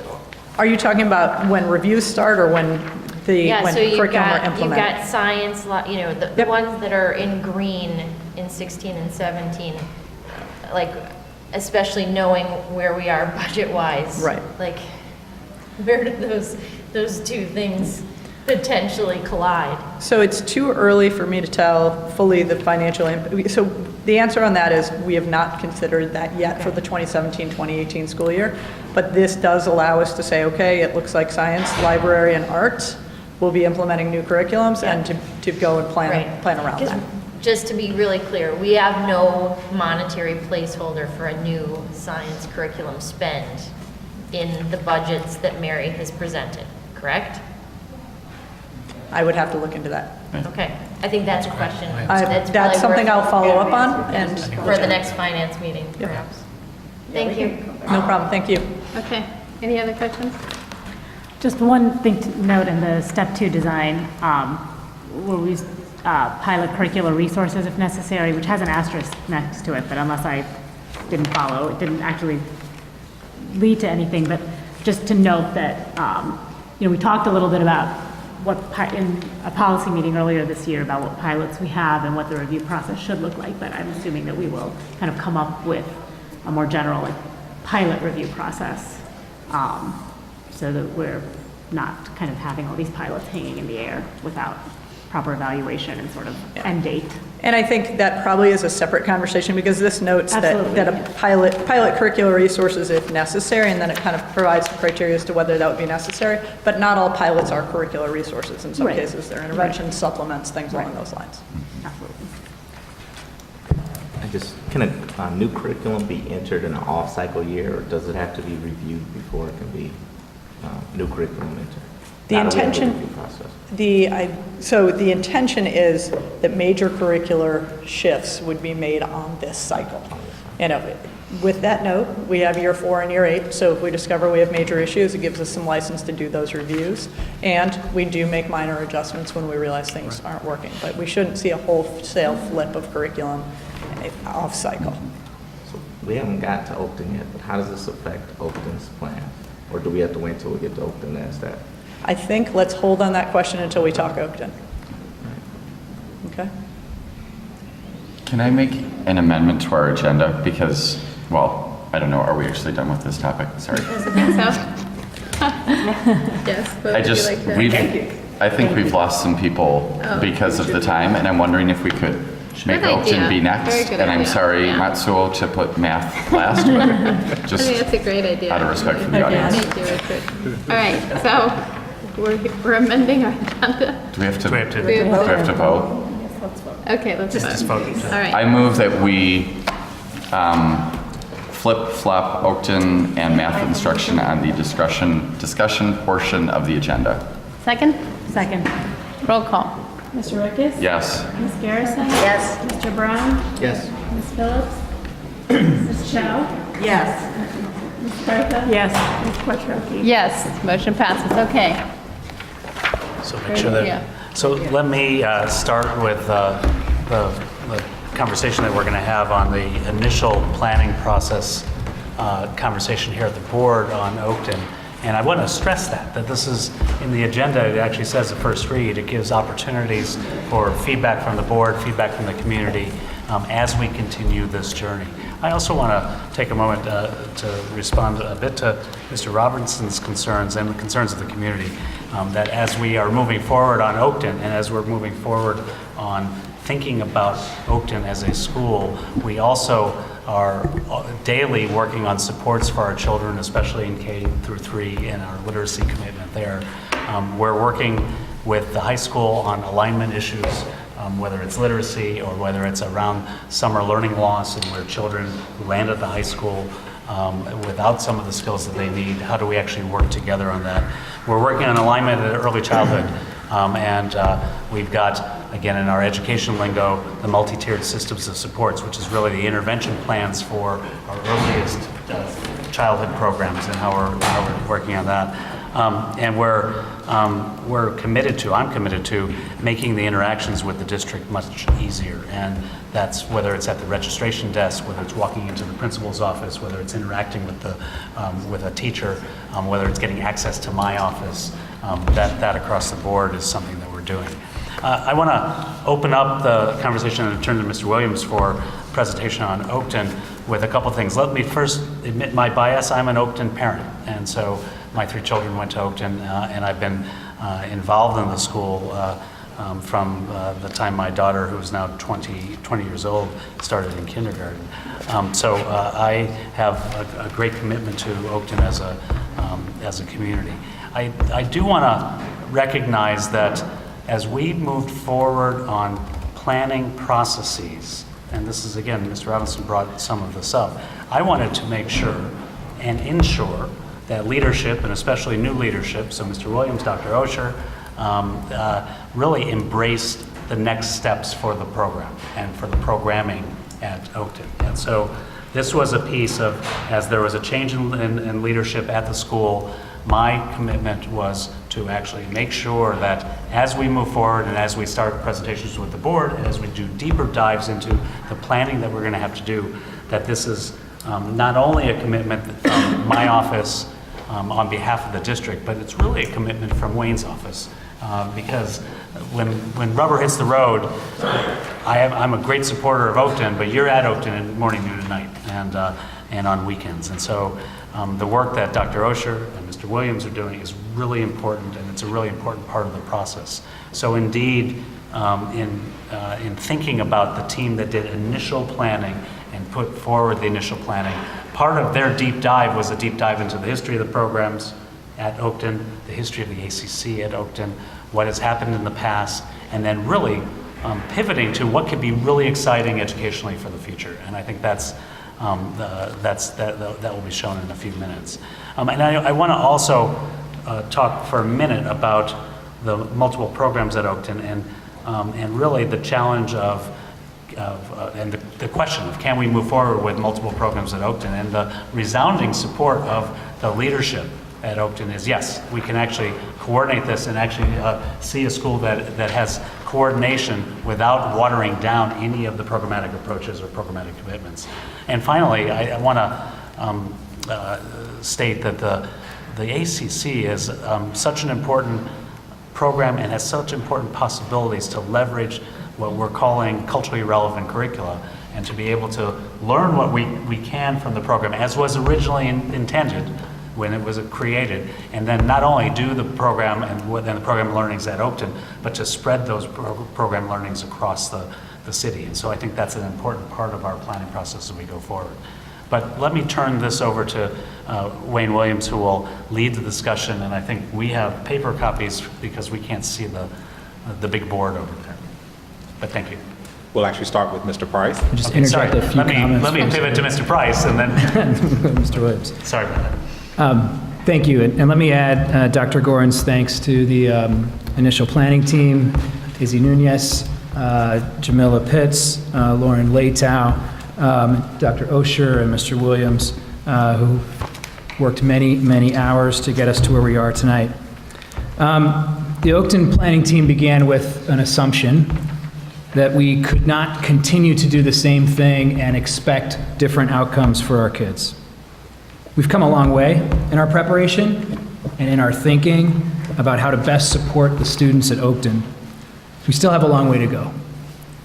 It's important for us to share with the board and share with the community the recommendations that we're bringing forward tonight before we have a final plan, before we have a fully detailed plan, and this is the work that is yet to come.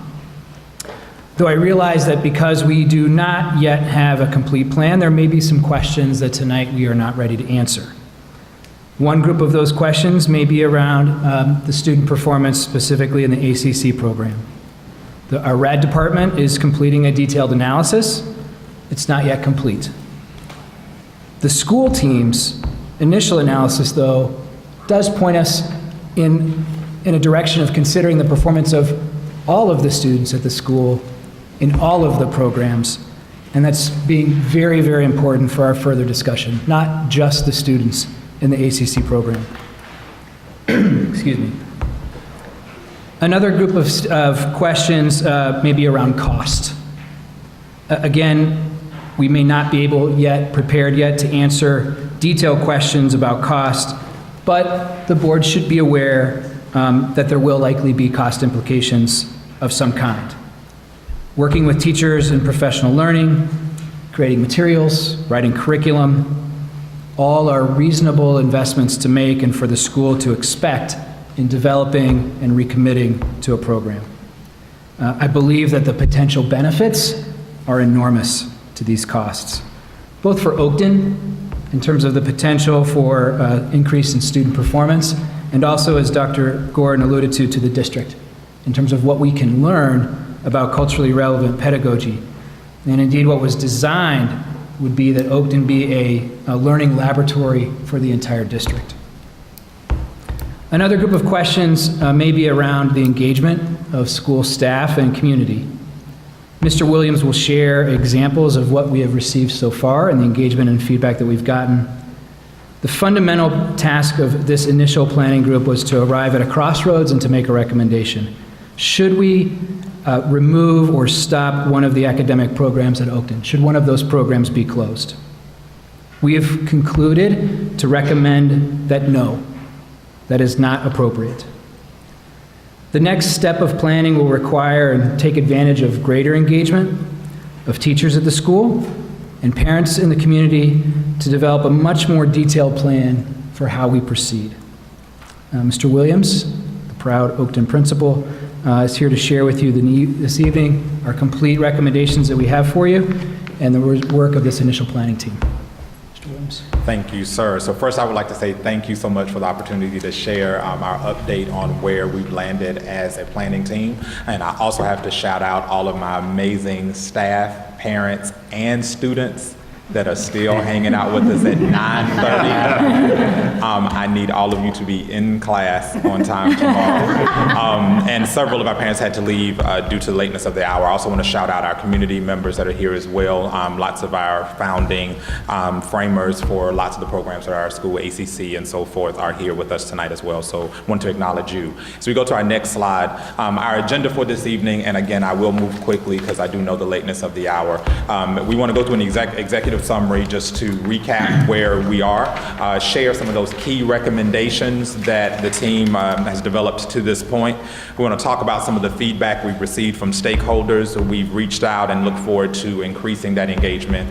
We want to talk about the engagement plan that we've rolled out thus far and what we have planned for the future. And then, of course, talk about the short-term steps that we have planned.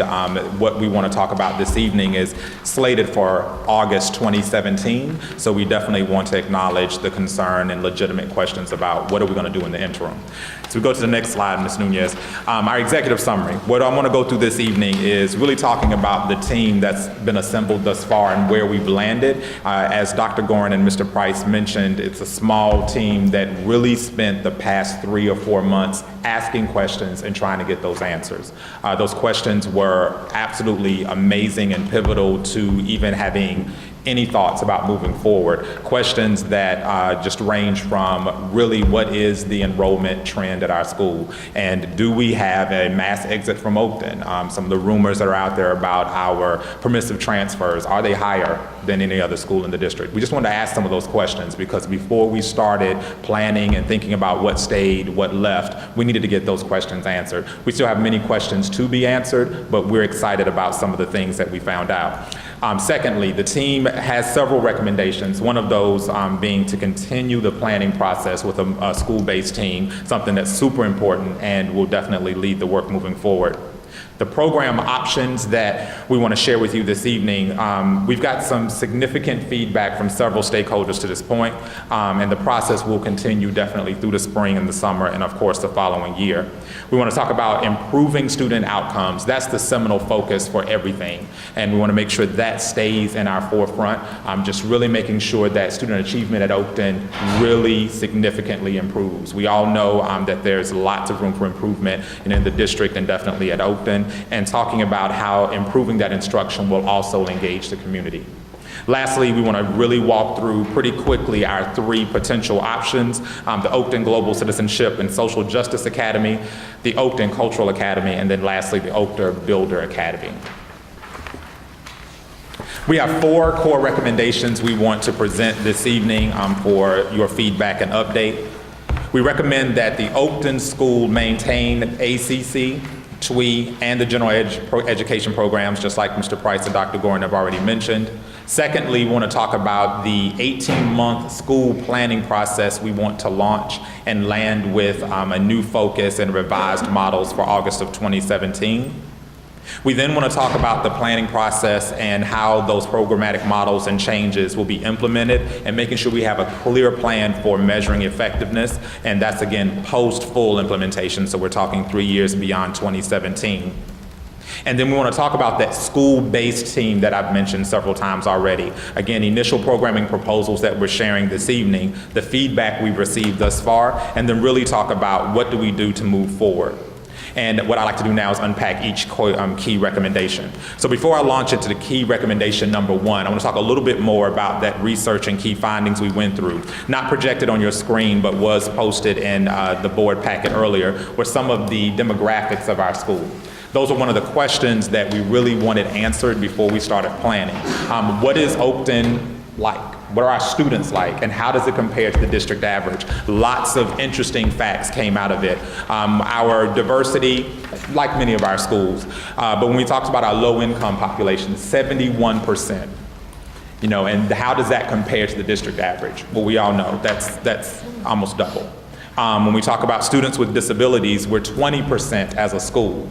How does that compare to the district average? Again, we're talking about double. Student mobility rate. Oakton is 13%. How does that compare to the district average? Again, almost double. And so when we think about how unique Oakton is, and every school in Evanston is, but as we think about planning and moving forward, we wanted to make sure that everyone on the team, all stakeholders, really push that to the front of just how unique some of the demographics are at Oakton, again, relative to our average in the district. Another thing that really gave us pause as we go through our key recommendations were some of the questions that we asked. And the list went from just all over the place, to be honest with you, but when we thought about what were the percentage of students with IEPs at Oakton, I've already mentioned that. What is the mobility rate at Oakton? Just even this evening, as we were looking at some recent data pieces, we were talking to Mr. Price and realized that the mobility rate within the ACC program is 47% this year, 47. And so when we talk about, what's happening in ACC and we think about enrollment and what does that mean, we even look at the trends of our classrooms, where a classroom started with 6 kids, it now has 16. Well, if we're at a school with 47% mobility rate, that's to be expected. And as we talk today, there may be 25 kids tomorrow when I get to school, and maybe 12 by Easter. And that's one of the facts that we have to embrace at a school with a mobility rate that high and a mobility rate that's significantly different than the district average. I mean, again, the questions that we asked and posed and found the answers to were amazing. One other I would like to highlight is just the notion of the permissive transfers. There have been a lot said about Oakton and the contentment or discontentment of some of our families. Well, we have to have that real data, not just a rumor, to see what do we do and what do we need to address. And what we realized was, we said, hey, well, what's going on? What are the permissive transfers like at Oakton? And what we found was that in 2015, there were 44 permissive transfers at Oakton. That was last year. And 5 years ago, there were 27 permissive transfers at Oakton. Well, then the district average for 9 elementary schools is 16. So when you think about how many parents are seeking to leave, and again, this is beyond just the mobility rate I mentioned earlier. These are parents that live in Oakton, didn't live in Evanston, I should say, and didn't leave Evanston and just sought an educational experience elsewhere. One thing that simple fact does not answer, and we know, is why did you seek that permissive transfer? It doesn't necessarily mean you were dissatisfied. It may have mean there was an option somewhere else that Oakton didn't provide. That is a research question we still have out there that must inform what we do moving forward. Again, those are just a few of the questions that helped us think about some things. One last thing I'd like to point out before we go to recommendation 1 is, as we thought about implementation versus intended, it was something that kept coming up in our discussions. One big piece as we thought about ACC is we looked at some of those historical documents. What were some of the intended, implemented or intended activities and frameworks that were put out there? What we found was that there were a lot of things that were in the original plan that haven't lived. It's hard to say a program is not doing as it should if there were so many elements that were missed. One of those things being there was a Spanish class that was proposed that ACC came after TWE was already at Oakton, historical information, and ACC framers knew right out the gate, we need to have something that's going to unite the programs. And so having a Spanish class that would happen for every student, not just the students in ACC. From our records, all we could see is that happened for 1 year. That's just one example, and we could list others. A big piece as we looked at our school report card, even before we get into any of our 4 recommendations, was the fact that there were significant room for improvement, in every aspect of our building.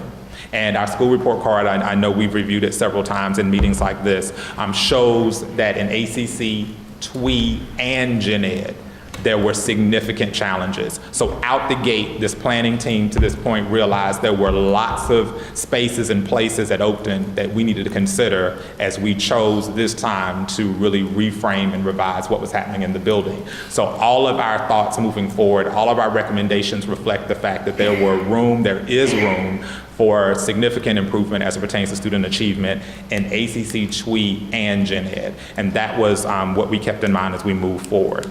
With that said, key recommendation number 1, we recommend that, again, Oakton School maintain ACC, TWE, and the Gen Education programs and the current magnet application guidelines. Now, how did we arrive at that? Again, the intended and implemented challenge that I've already mentioned. Additionally, recognizing that there are 3 programs in one school. The preliminary lit review that we've done to this point shows that that's really a model that is not prevalent. It just really isn't at an elementary school. To have 3 magnet schools in one school. And so if we were going to suggest that those 3 programs remain with a magnificent, huge improvement effort within each, what would we do to unite those 3 programs? Because we don't want 3 schools in one location. And on some levels, that's what we have experienced to this point. So with that said, our recommendations as we move forward acknowledge an opportunity to unify those 3 programs. We can go on to slide 2. Our second recommendation is that we recommend that the school embark on an 18-month school planning process to make sure that what we launch is cohesive and effective. With that said, we broke it out into 3 segments. So over the next coming months, we want to make sure that expectations are defined and are super clear, especially for the teachers working in the program. That's something that the team has talked a lot about. We're super excited about getting teachers on the planning team and heavily involved in more in the discussion of just what does it mean to be a teacher in a specialized program like ACC and TWE and Gen Ed as well. Making sure that the professional development is clearly outlined to support a school with demographics like Oakton. We need to make sure there's strong professional development there. Again, as we refer to the ACC historic documents, that was in the original framework. We can't find that it consistently happened. TWE is begging for the same. The challenges of really rolling out the work it requires a level of professional development that our teachers are begging for, and we want to make sure that that's considered and planned out. We also look forward in the next coming months to enlist a range of teachers to include at least 1 teacher from TWE, ACC, and Gen Ed that are sitting at the table, not just giving us feedback during update sessions. Our next frame goes from April to August, where we really narrow some of those options that we hope to share in the next couple of minutes, and to make sure that we continue those engagement conversations. They've already started in our parents and community and our students. We're super excited about sharing that with you in a couple of minutes. Just reaching out to over 80 of our recent graduates at SHOOT. We went and surveyed them. Very important people to have in the conversation, if not physically at the table. And what they shared with us through 10 survey questions and focus group thereafter, and Dr. Osher led that charge, was just simply amazing and super important to our work. And then lastly, as we look at September 2016 to August, again, deep research and work in our focused efforts and continuing our professional development as we look forward to August 2017. Key recommendation number 3. The result of the planning process will be a programmatic model that can be implemented and measured for effectiveness over a 3-year period. We want to make sure that whatever we come up with and when we move forward is something that we can clearly have benchmarks and know how is it working, how are things going, and that it's not going to linger for an extended period with our babies being sacrificed at that through that process. With that said, we want to think about all of the programs before I launch into each 3.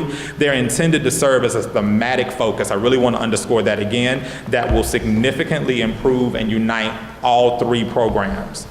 And moreover, each proposed program really promotes an experiential learning experience for our kids that is promotes application, context, and relevance.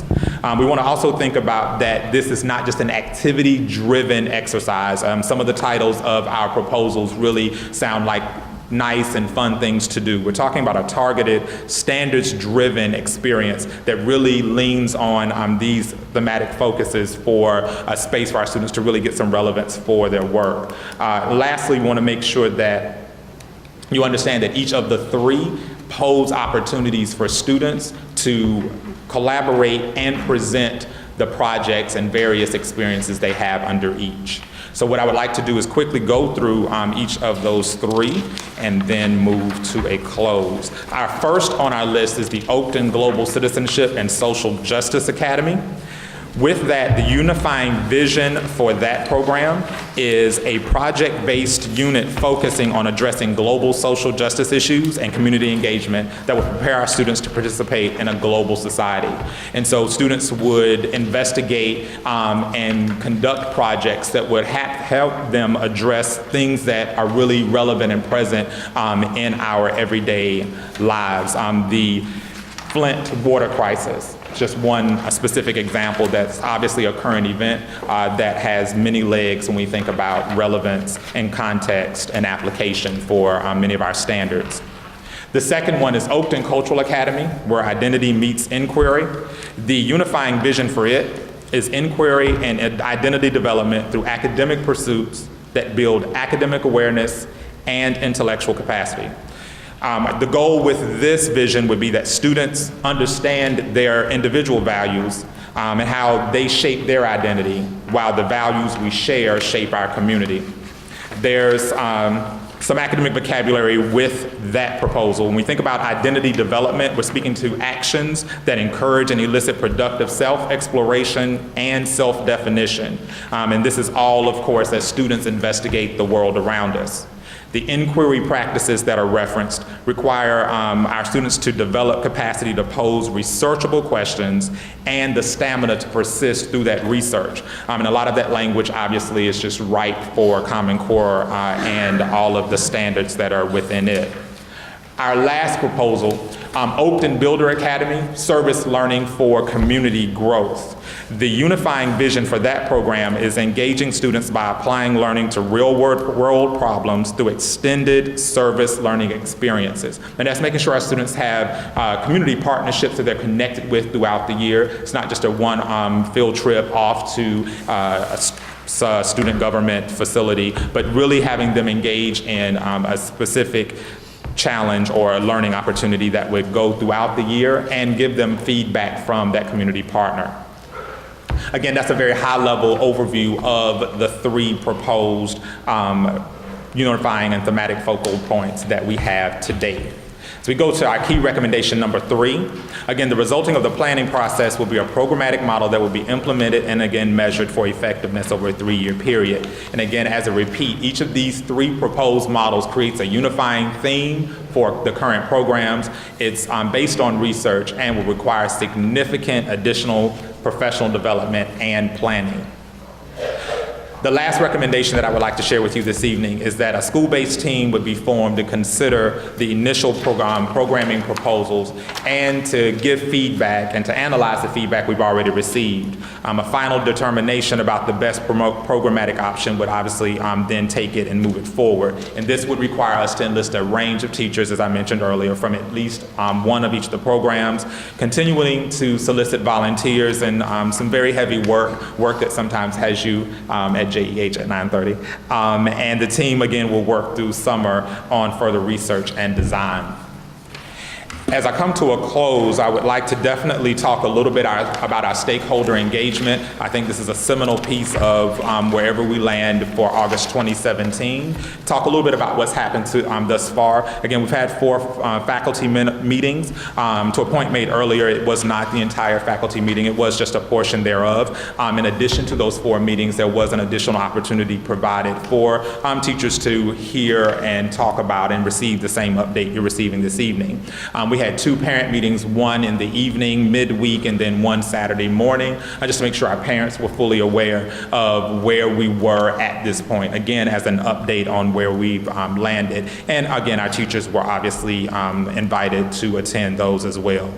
Student surveys, as I mentioned earlier, Dr. Osher went to shoot and investigated with 84 of our students that went through our TWE and ACC program, and their feedback was quite interesting and super useful to where we've landed so far and will continue to be useful as we move forward.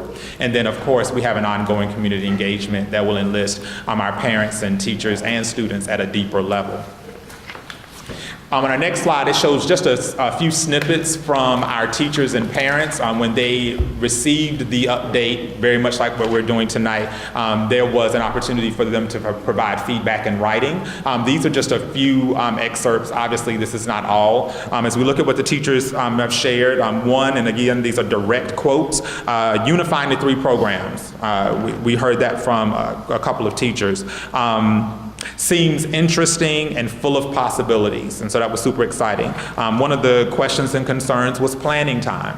legitimate question. They were saying that it's significantly stretched and inadequate at present.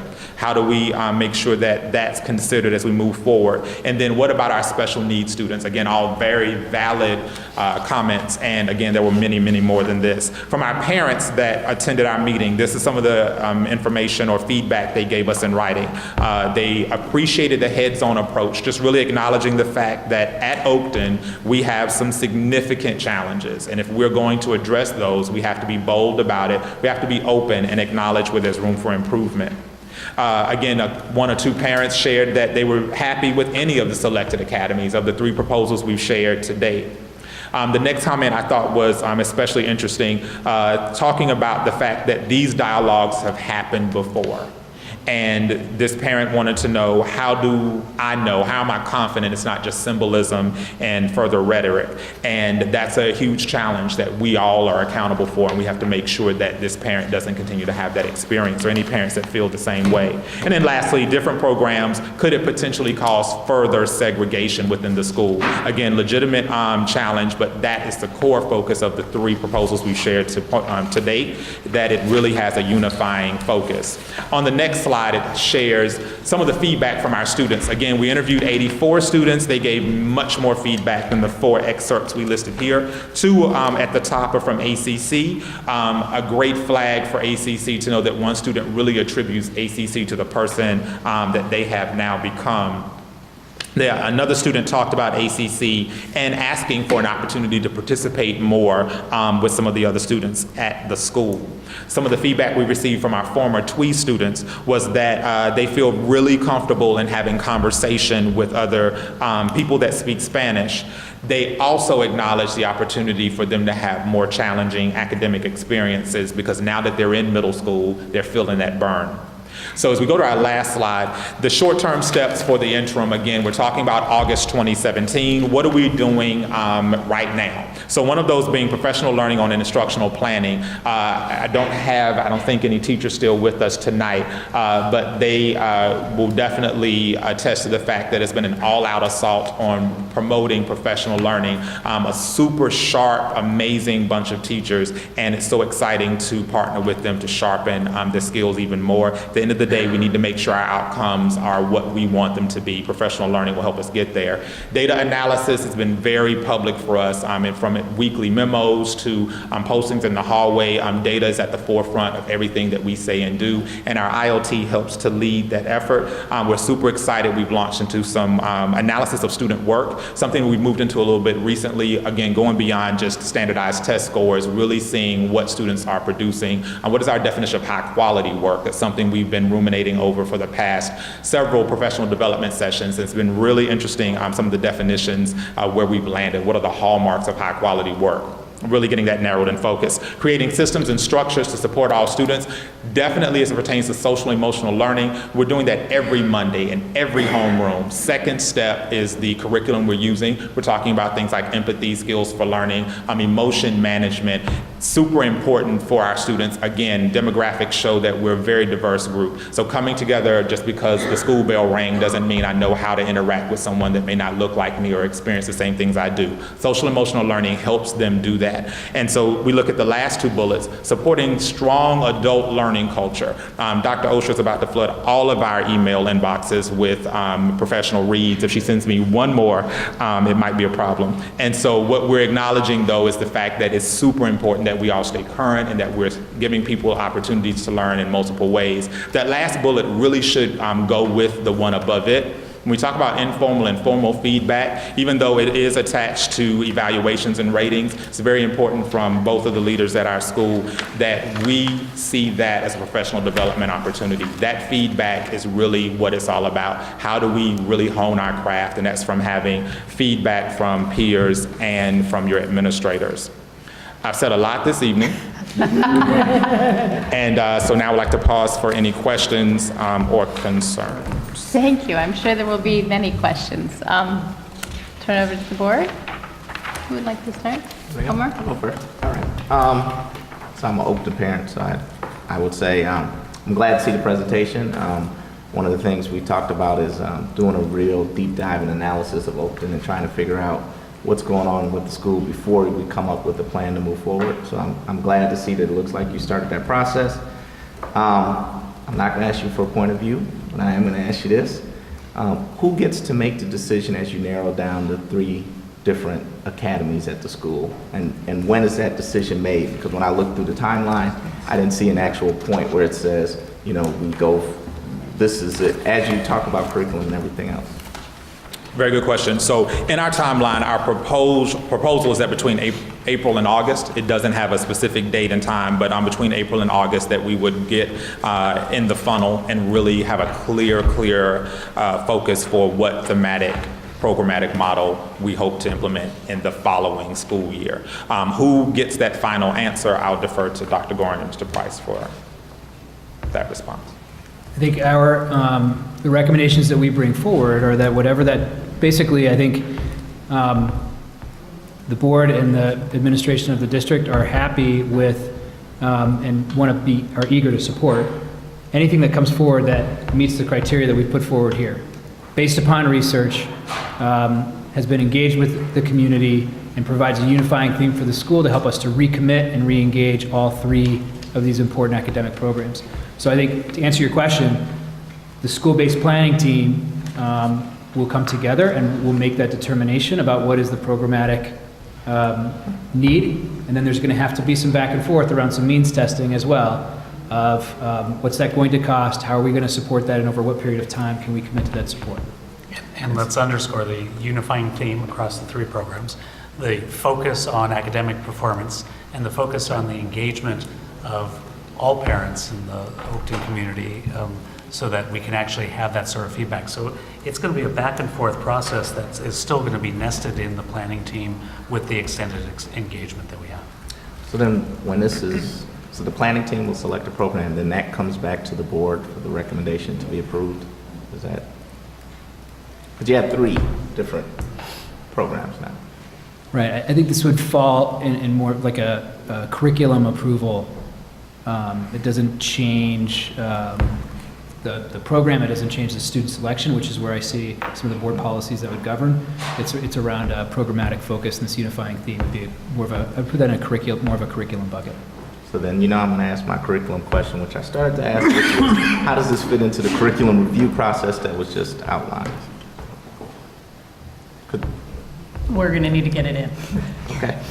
Yeah, no, fair question. And, you know, as we work with this team, some of it is going to be an adaptation of existing curriculums, and we're going to need to see what the extent of adaptation is to figure out how that works. So we'll collaborate and figure it out. There's another piece of this as well, which is our work and commitment to culturally relevant pedagogy, teaching and learning. And so there's work going on right now at Lincolnwood. Fred Hunter is leading this, at Chute and at Willard. And so as we move forward, taking lessons learned from that, and then we think about it as appropriate at Oakton, in the ACC, in TWE, and across the school, I think we're going to have to embed some of our curriculum review there as well. So just one, so you kept hitting on the mobility rate, especially of the ACC students. So I'm going to assume, but I'll ask you anyway, one of the goals would be to lower that mobility rate.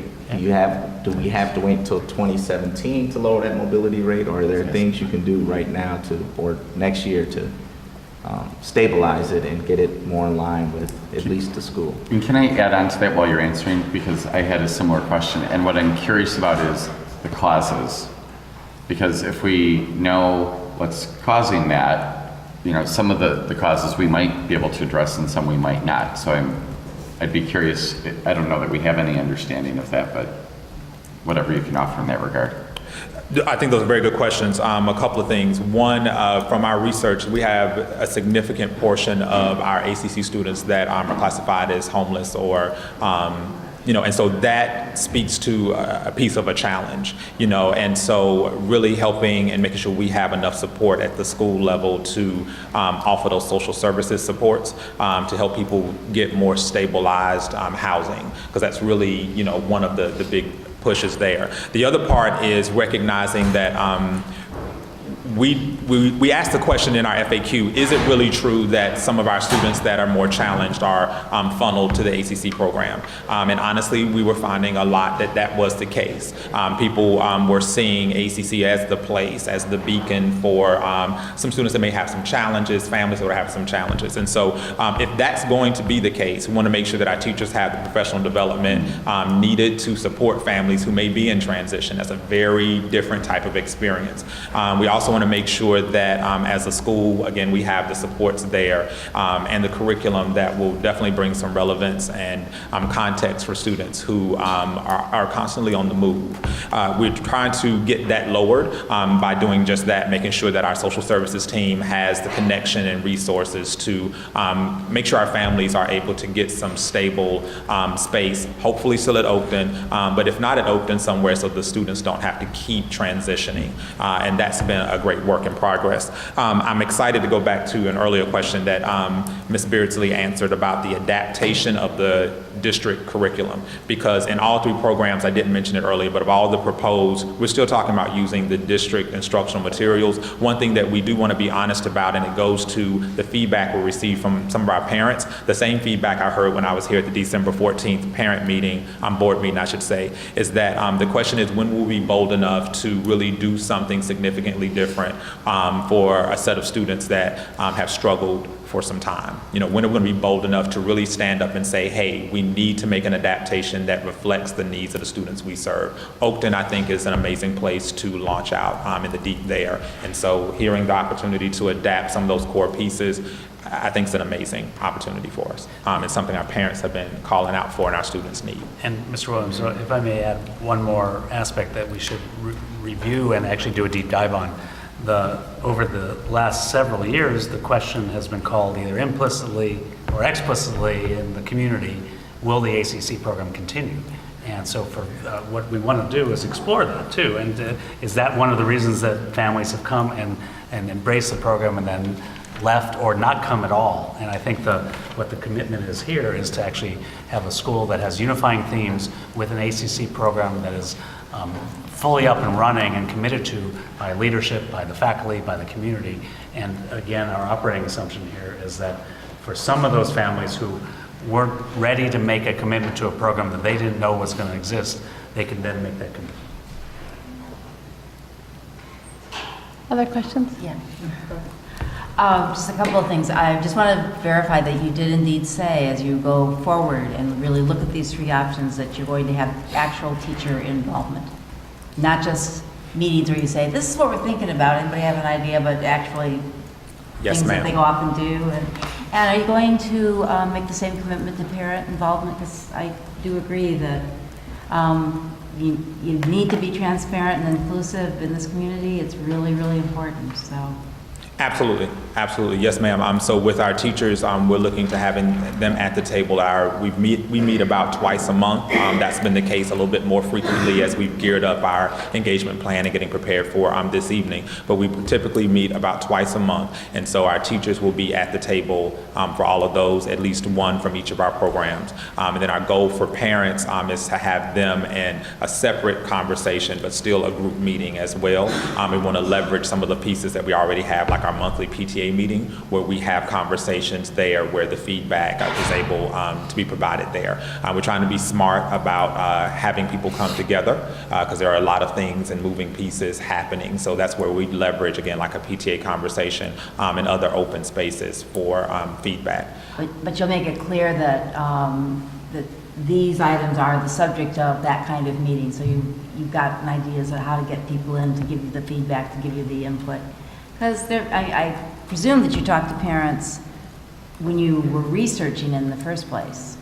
Absolutely. Because they would be the repository of what's, happened before. Absolutely. Okay, thanks.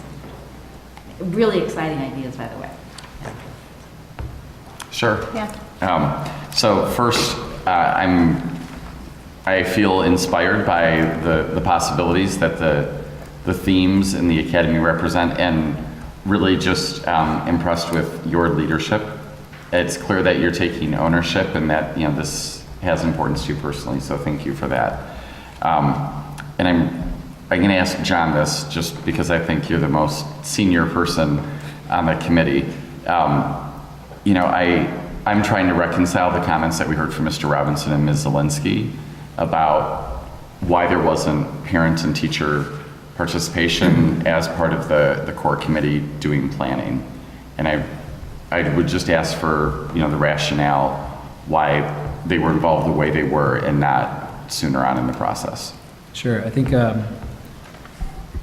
want to reinforce Mr. Williams' answer to Claudia's earlier question, that is absolutely our intent, and that's what we feel like is in this next planning process, the best time for that to happen. But to answer your question, I think there are a couple of reasons. One is the amount of the intensity and the time of the work that needed to be done. This team worked all hours. We met at 7 a.m., we met at 6 p.m. We did research outside of meetings and brought that information back. And I think it was important to have, in order to be efficient and get to the place that we are today, to have a small and more nimble team. I think there were a couple of inflection points in the fall and winter where there were opportunities to make a different decision and involve parents and involve teachers in a different way. To be transparent, I think the process that we went through, the research that we did, Dr. Goren and I have met with parents at the school a number of times, really beginning the research and really trying to understand and discussing what's happened, what's the 8-year history of this program been, was a transforming experience for me. I think what we came to understand as we hit some of those inflection points where we could have made a different decision is that the issues that we're trying to confront have nothing to do with the students, have nothing to do with the lack of support from parents, have nothing to do with the lack of support from teachers. The issues that we were seeing was an administrative issue that we had to own. And as leaders of this district and the leaders of this school, that we needed to do something different. And so that's why I felt like, even though there were some inflection points, as I said, where there were opportunities to bring teachers in, to bring parents in, really to get to this point of really trying to understand what are the root causes of what's happening, we had our own work to do. Mm-hmm. Go ahead. I want to also underscore one other piece, and I want to be absolutely respectful of past leadership at the building. But at least from my take, being involved in the building over 14 years and also as we had a transition of leadership, one of my concerns, and this is not about the particular leaders, it's about leadership.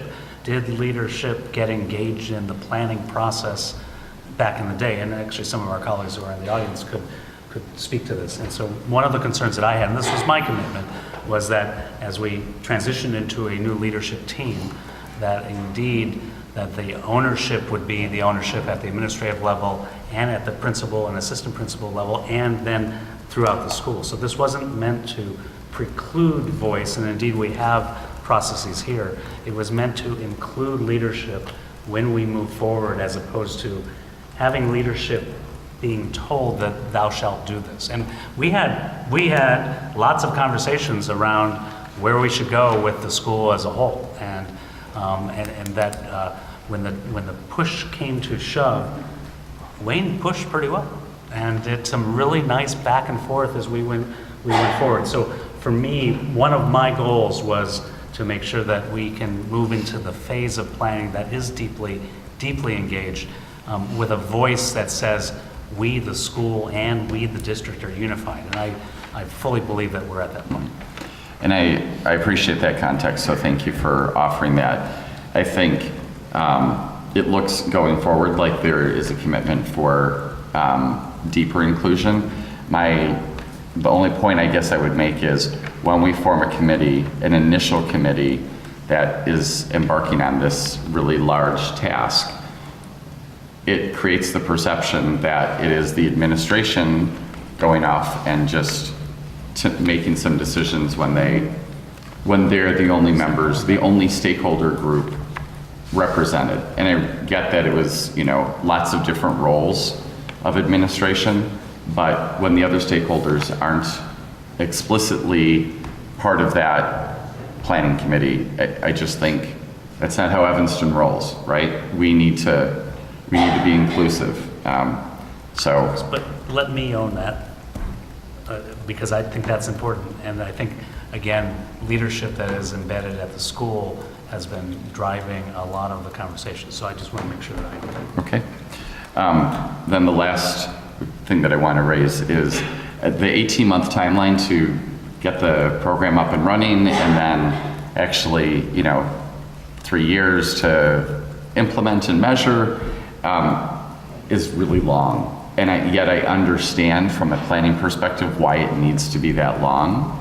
I also could expect that this will require a lot of focus and intense focus from the staff and the parents and the administrators. And so when we look at the composition of the school and we see it's about 41% Black students, and we know that we have a significant gap, and we know that we need to be doing something about that in the near term, knowing that this, while important, will take focus potentially away. You don't have to answer this tonight, but what I want to make sure is when we have the conversation in April about what we're doing to address the achievement gap, that we talk explicitly about how we'll keep a laser focus on that at Oakton while all of this significant activity would be taking place. Can I pick? Yeah. Can I go next? So I sent like a dozen questions to you guys today, and I'm gonna pick 3 to ask so I don't go too far. And you've answered some of them too. But I think this goes right to Richard's question, and that is, so you, in the materials that you presented to us, you asked us 3 questions, and the first one was, what are the advantages, disadvantages you see in each of the proposed options, and then, what are the challenges and benefits you see accruing to each of these options? Well, I had difficulty really being able to answer that question, because for me, the question, they all sort of sound interesting and good and have some research basis, but the question was like, what is the theory of change behind each one of these? And if we do X, can we expect to see Y? And it really, given the student futures that are at stake here, the question is, which one of these options gives the best turbo boost to the academic success, right? Which one of these is going to really undergird the academic success for each one of these kids? And I didn't know how to answer that question, and it really leads to, I think, my guess is what's in stage 2, and that's, John already mentioned, like means testing, like what are the cost differentials for each of these options? At face value, I couldn't answer that question. And I couldn't answer the question, like, what are the indicators of success and how do you propose to measure them, right? Like, so, I come from Bessie Rhodes, a magnet school, that this feels very similar to the process for King and Rhodes 5 years ago when they remagnetized. And implementation is, super hard, and it's a long process, and you don't always see results right away. But given, the kids that we're talking about and their futures, like the connection to academic success and personal success is huge, and I don't know how to discern that. That's my biggest question. Like, they all kind of sound interesting, but I don't know how to specifically say, like, this is the best shot for the kids over at Oakton. Well, to your question, you're exactly right. This next phase that we're launching into really gets at just that, asking more questions, doing a deeper dive, and trying to make sure that we pair a programmatic model that really meets the needs of who's in front of us. It's also acknowledging the fact that we're a school with a mobility rate that's, extreme. And so with that, we have to also think about just, student enrollment trends as well, making sure that what we propose really matches what's typically there, because it changes, so often. Thinking about the indicators of success, those indicators that are listed in the strategic plan are the exact same ones that we would hold ourselves accountable to. To Richard's question earlier, we do have students that are in front of us throughout this process. The outcomes for Oakton are significantly lower than the district average. We know that. So we're talking about about an episodic, huge change that needs to happen regardless. And so we're at a space of change that is at times uncomfortable. This process is going to be a huge undertaking, knowing that we're trying to do this while we're also making sure students are getting their needs met at the same time. But something huge has to happen. That's what our parents are clearly saying. Again, I wish I had time to show you all of the feedback we received. They're asking the same question you are, but they're also asking, they acknowledge we can't stay as we are. And can we feel confident that they can trust us, which is huge. I mean, I've only been here for a few months, or back a few months, I should say, but really making sure that they can trust that we're going to do just what you're asking, land at a plan that makes sense for our kids. 3 years does seem like a long time, very similar, because we were kind of joking about the 8 years for the curriculum plan you just introduced. That's a long time. You're exactly right. But we need a minute to make it happen, and make it happen well. These framers that were out here, I just love the plan that I saw. There was amazing stuff, and it just didn't all happen. Why didn't it happen? And it's not about, pointing fingers of blame. It's just acknowledging that there are many elements to implementation. So, but very good question. I think you just nailed it again, that the strategic plan indicators are absolutely the ones you're going to measure. But it's been said several times that there wasn't fidelity to the original ACC plan. And so there have to be some other specific Oakton indicators about this next plan, and what are those indicators, and how are you going to ensure that there's fidelity this time and the right financial support and time, resource support. How are we going to? How are we? Yes, sorry. They're implementation milestones. You're right, like exactly. But, are we going to and then a final question is, and this gets to sort of, the magnetization of this, right? Like to let the community know that this is the plan, and that, trust us, it's exciting, this is a great place for your kids, and that is the threshold size of classrooms is a question that I think we have to ask about, over the next couple of years. Can we sustain classrooms that have 10 and 12 children in them? And I pulled the September enrollment packet when I was looking at this. I don't know if others did too, but that's a question about viability. Like, over the next 2 years, will we see, are we going to ask about a threshold for class sizes? And I know mobility is a huge, that's a Mobility massive. causes an issue, because some of those classrooms that may have said 10 are at 16 or 17, and those are comparable to a couple other places in the district. So the mobility issue is going to be an interesting thing. I want to underscore the point you just made about Oakton indicators. I think that's actually really important, that the strategic plan indicators will drive what we need to drive for academic performance, but there's also, it's an important community, and it's an important community that deserves to have the investment that we're saying we're going to do. And so then how do we actually judge ourselves and judge the implementation? That's something. You don't want to be here a decade later and say, well, we didn't do this plan to fidelity, and but we never Correct. measured ourselves appropriately. And that's where, again, Mr. Williams, Dr. Osher, Mr. Price, the team really did some deep diving into some of the history of ACC, but also looking at ACC in comparison to TWEAK, comparison to general ed, to be able to say, if we were going to do something to unify the school, we've got to pay attention to the histories and then be committed to changing that. And to your point, a perfect example that I shared with someone recently. So that original data is all very different now. So we have no classes that are below 10. Our kindergarten class that started with 6 now has 16. That speaks at 47% mobility rate that comes and goes. We had a student that moved to Iowa. That very next day, a student came in from Africa. I mean, that it just all day long. But going to how do we have accountability measures? Our kindergarten classes, they should be at a DRA 2 by now. We have 4 kindergarten homerooms at our school, 1 ACC, 1 TWE, 2 Gen Ed. There's only 1 homeroom in my building that every kid in there is at their benchmark or above. They're above that DRA 2 already, and that's my ACC program. And The beauty of that example is that we had an amazing kindergarten teacher who I didn't have the opportunity to work with, but has been back to help, lended the expertise and pieces that she knew to be effective. This also new teacher to teaching kindergarten was able to grab that and also was given the autonomy to do what she needed to. Her class was filled with students who are in challenging situations, who did not know a letter in their name. They're all where they need to be. My other 3 programs have a few other kids. It's not a slam on the teachers. They're all working well and hard. But to know a program that's done well with the support they need, she is crushing it. Excuse me for using crushing at 10 o'clock. I'm sorry. Thank you. Anyone else?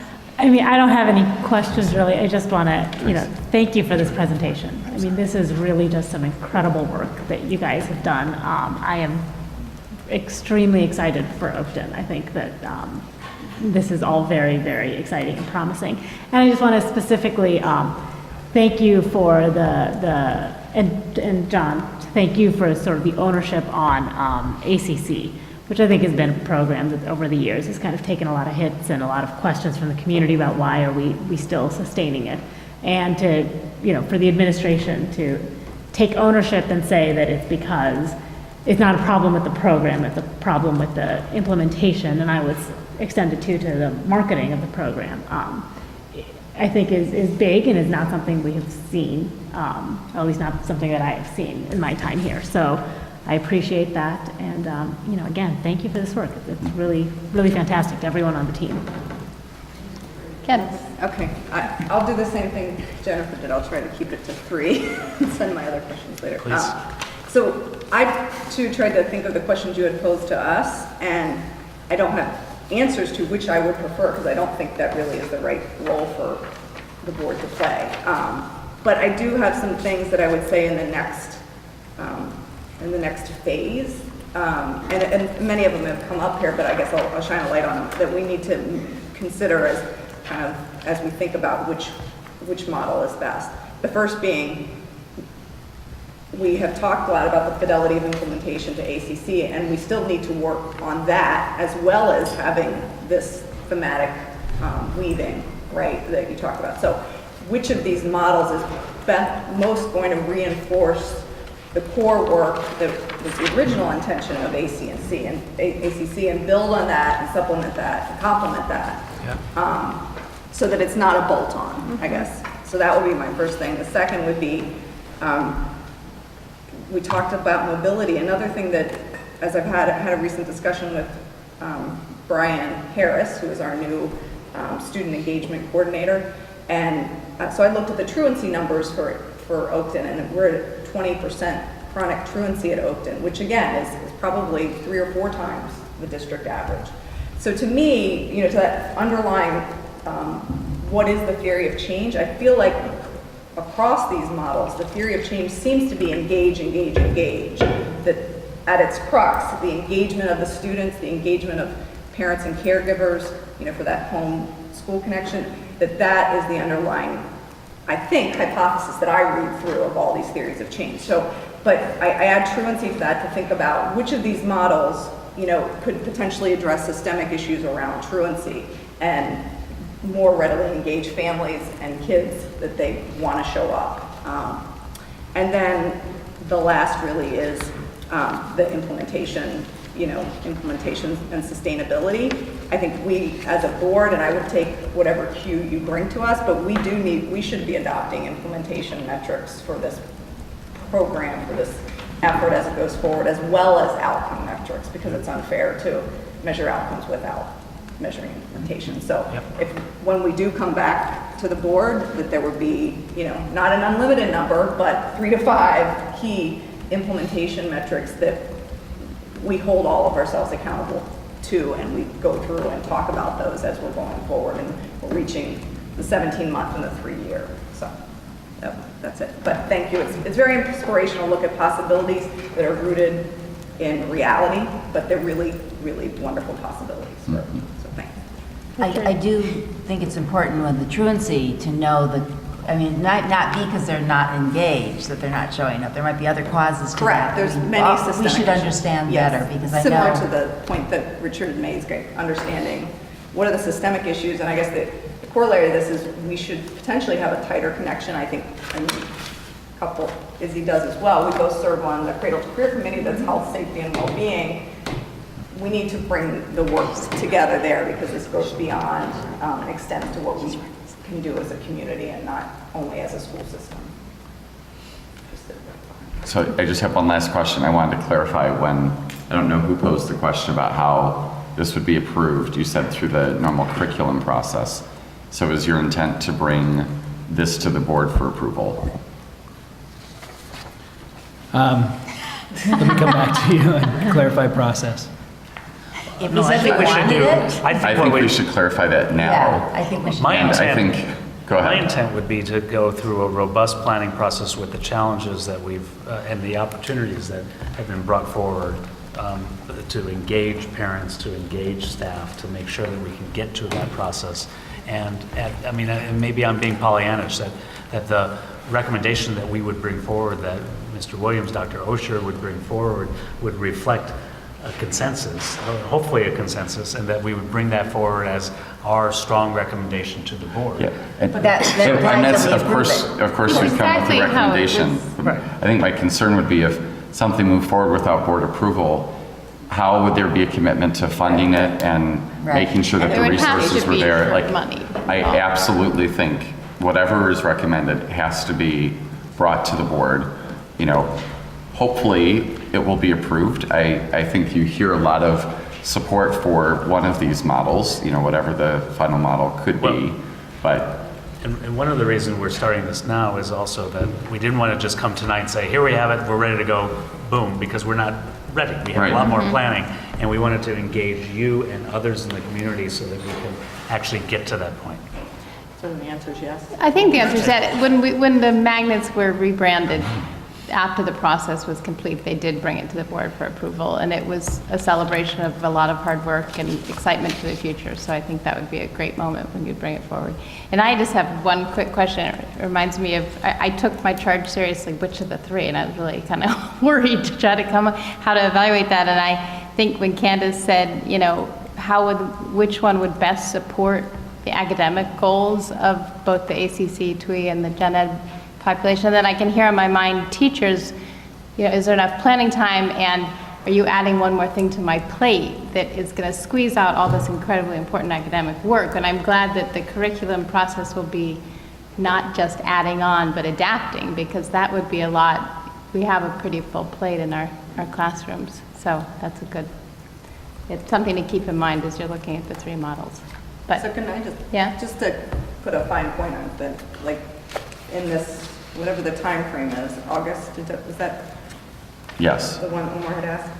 That would be at the point at which the fruits of all this labor would come back and be shared with the board along with whatever the implementation and success measures are, that we could adopt that. I think that really is important as a board, that we are also, along with you, taking ownership in the ongoing success and commitment of resources and everything that we'll need to make this a reality.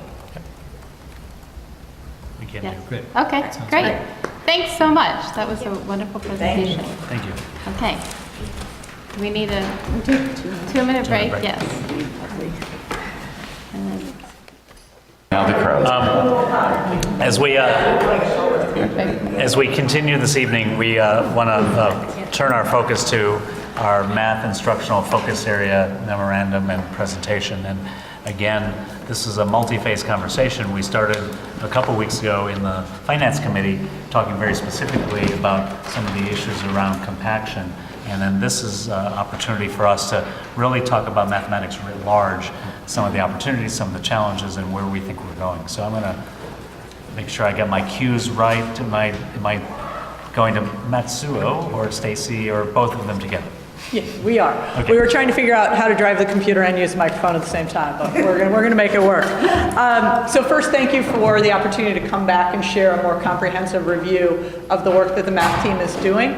We really believe there's a lot of very strong work that the team is currently engaging on that builds on the strengths the math strengths in the district already, and we wanted to take time to dive into that a little bit more deeply, and then we wanted to talk a bit about priorities for next year in order to speak to, one, questions about equity and access for our math program, and two, to kind of give a sense of the more complete picture from when we spoke last time. Last time we spoke, we talked about our Compacted Math 6-7 class and our pre-algebra course.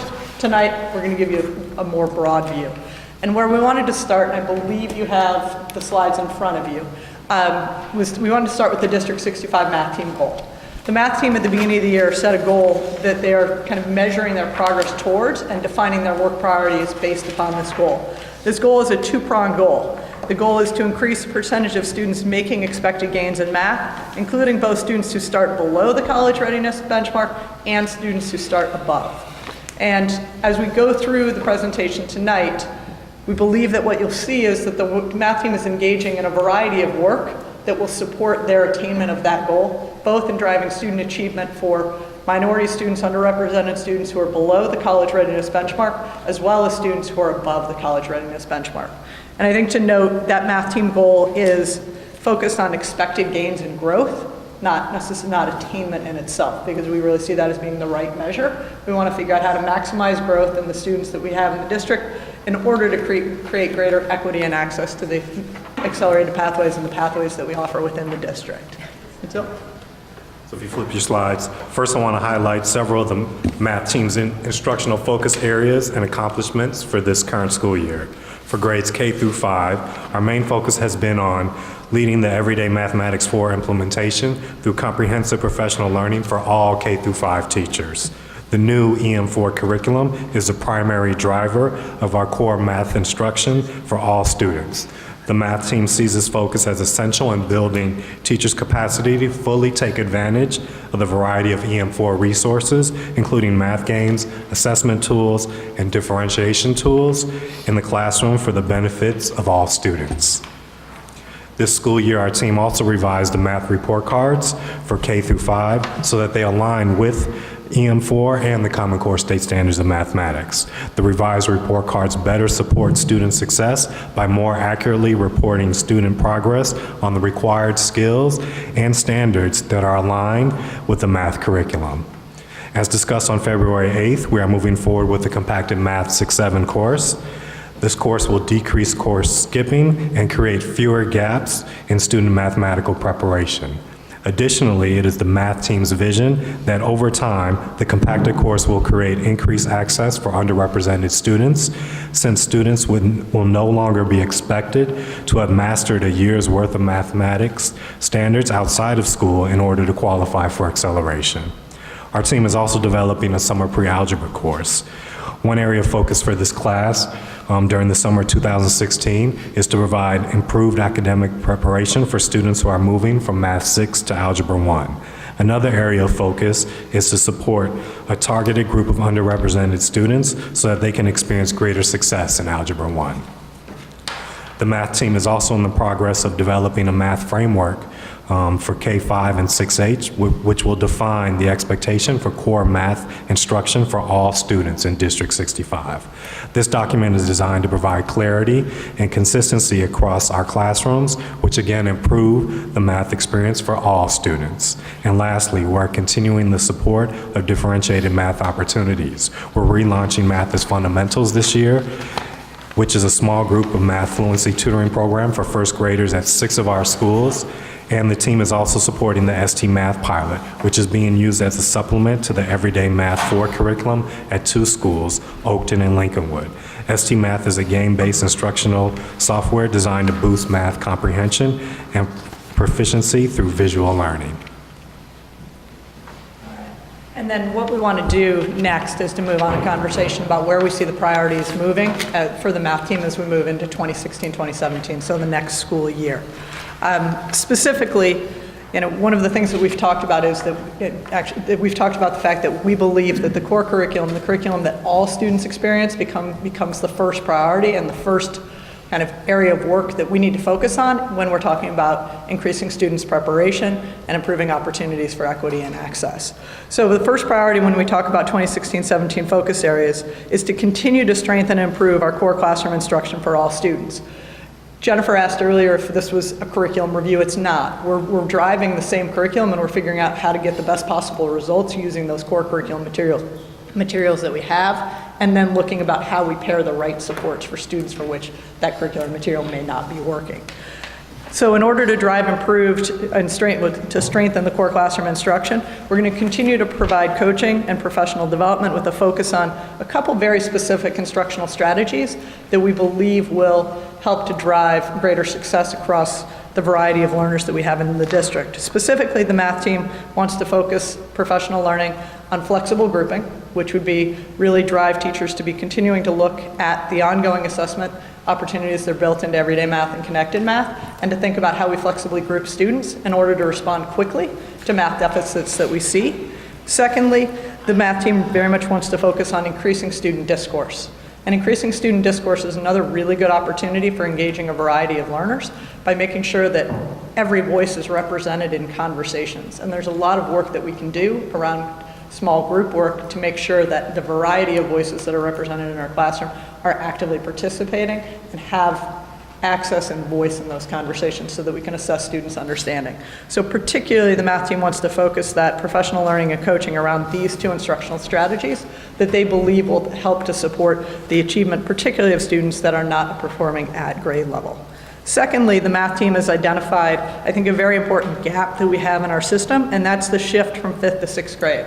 Our students experience everyday math curriculum, kindergarten through 5th grade, and then shift to the connected math curriculum 6th through 8th grade. And the math team is prioritizing as part of their work next year, taking the time to really clearly identify and align student understandings and requirements from the end of 5th grade and into 6th grade. We need to make sure that the knowledge expectations for entering 6th grade connected math are clearly understood, and that we're preparing students through the end of 5th grade to be able to meet the kind of precursor knowledge that's needed to be successful in connected math. And so by taking a look at those skills that are required to be successful in 6th, we can reach back in 5th and make sure that everyday math is adequately preparing students for that transition. And if we then need to adjust some of our kind of timing or units in the end of 5th and beginning of 6th to smooth out that transition for students, we'll do that. And again, what we're looking for as we look at these alignment opportunities is we need to make sure that we're creating the smoothest pathway possible for our students to have a seamless math experience so that students, regardless of outside math support, can become successful within our sequence. Additionally, for next year, the math team will investigate combining the suite of algebra offerings. Currently, throughout our district, we have a variety of algebra courses that we offer: Algebra 8, Algebra Pilot, and Algebra 1. We want to investigate combining that into one algebra course. The math team strongly believes in providing a rigorous, challenging math instruction to all students. By combining the district's algebra offerings into one course, the district will be setting a high common expectation for all students. The team will conduct a feasibility study in combining the offerings for school year 17-18. Included in this study will be the identification of supports that will be necessary for student success. Additionally, the team will continue the support of differentiated opportunities. The math team will continue to study specific interventions and enrichments using progress monitoring tools to determine solutions that can be used to support struggling math students. The team's goal is to have a minimum of 2 additional strategies in place to support intervention and differentiation during the next school year. Some possible options pending study of impact and cost include increasing ST Math implementation, increasing math as fundamental tutoring, and increasing the development of middle school math support classes. Lastly, our team will focus on support of the compacted Math 6-7 course and the Math 6 course.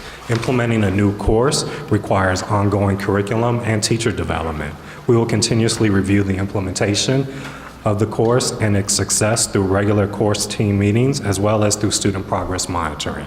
As we move into the spring, we will re-examine and evaluate the course's design, including opportunities to offer the compacted Math 6-7 course to students at King and Rhodes. In addition, the math team will continue to support opportunities for Math 6 teachers to collaborate and improve instructional practices. Supporting structures for student success in Math 6 will also be investigated and implemented appropriately. And then our final slide is really a kind of a follow-up and a very important part of our conversation, which is how do these ideas support and address the ideas of equity and access, about trying to create greater opportunities for underrepresented groups within our math pathways to date. As we mentioned at the beginning of the presentation, the District 65 math goal has a dual focus. It is students at or above college readiness benchmark, and it is students below. The District 65 math team believes that the approach to increasing equity and access is to focus on creating high-quality daily math instruction for all students with a variety of supports that complement, not replace, our core curriculum. When we do this and match students of need in a timely manner with the right supplemental supports, then we believe that underrepresented groups will experience high levels of mathematical success and accelerated pathways. And the key piece that we're focusing clearly on classroom instruction for all, but then additionally on this right supplemental supports and identifying those supports in a timely manner. Some of those supports are going to be able to happen within the classroom day, and some of those supports, like the pre-algebra course and the possibility of a course between the 5th and 6th grade class, may happen beyond the school day or beyond the school year, because we're going to need to think flexibly about how we get supports in place that can change the trajectory of students that have not been well supported for successful outcomes within the math program to date. So the math team sees several of next year's priorities as influencing the long-term access to increase mathematical success for underrepresented groups of students. The work of improving core classroom mathematical instruction will support teachers in providing daily opportunities for all students to experience success. Investigating the development of one algebra course can lead to establishing common high expectations and necessary supports for all District 65 students to successfully complete a rigorous and challenging course that sets them on a pathway to taking advanced college-level math courses. The work of continuing to support differentiation opportunities will provide students additional chances to experience and demonstrate mathematical success. Providing targeted out-of-school opportunities like a summer course changes not only learning trajectories by providing extended learning time, but also changes student agency and mindsets. The math team understands that addressing equity and access is extremely challenging, and we are encouraged about the impact of our team's work. And I think we're open for questions and feedback. We wanted to make sure that we had an opportunity to kind of put out a comprehensive view of how we're hoping to impact outcomes. Great, thanks. Questions? Claudia? Just a couple. I should turn to this side first, actually. Since Just a couple. One is making putting all the algebra courses together. How long do you think that would take? I mean, is that something you could do for next year? So not for the next school year. What we want to do is we've been doing a study of, so the Algebra 8 and Algebra 1 are following the same scope and sequence right now. We want to take a look at student success and what is being done to influence student success, make revisions, and try that out next year so that we can kind of move forward with the plan. Next school year, that's a tryout? The combining of the course would be for the following school year. Mm-hmm. We're going to continue to take a look at student success and make some shifts in those courses, continuing to move them a little bit closer together, but keeping them separate for one more year as we really try to make sure that we have the supports in place to do that successfully. Okay. And then the other one was just about that you don't recommend acceleration in the 1 through 5. How many students in that currently now do we accelerate? Is it a big percentage? No, I think there's 2%, less than 2% of our students are on that accelerated path that got accelerated in the 1 through 5 grade. So if you stop doing it, wouldn't be like this huge upheaval of parents would be really, really upset because we're stopping it. And we're not stopping it. We're not saying that we should stop it. But we really want to follow the Common Core state standards recommendation about really the potential for large gaps in student understanding, particularly with the new shift to the Common Core. And so we're really cautious about that piece. Okay. Thanks. Who's next? Jennifer? Want me to jump in? So again, I'm going to choose selectively because I sent questions to you in advance, and perhaps there can be some kind of response later. So I was one thing that was surprising to me: no family engagement strategy at all in math. It's something that is getting a lot of attention these days. And so I'm curious if that's something that you're thinking about. No, we thought that was definitely a miss on our part. This year, we're actually, part of our team is working with Family Focus, and we wanted to leverage that to figure out how, if we can really engage families at Family Focus and then use that as a model where we can start engaging across the district. I think there's some great research coming out now, particularly like Joe Bowler's book on mathematical mindsets, which we really feel is a great place to really inform parents of kind of our philosophy of what good math instruction looks like. Exactly. And that could be a great I opportunity. mean, it's striking that like ST Math has a game-a-thon going on right now that's floating around, that's a supplemental at home. Some schools are doing it. Khan Academy has LearnStorm that's going on, and Willard, Washington, and Lincoln are all on the leaderboards, like for the Chicago area. I don't know if people know that. But there are a lot of things like kind of the tips and tricks, the nudges that we could be doing to supplement at home. So Yeah, we know we need to improve in that area. I was surprised that this year's memo didn't have a lot of data in it, given how data-driven we are.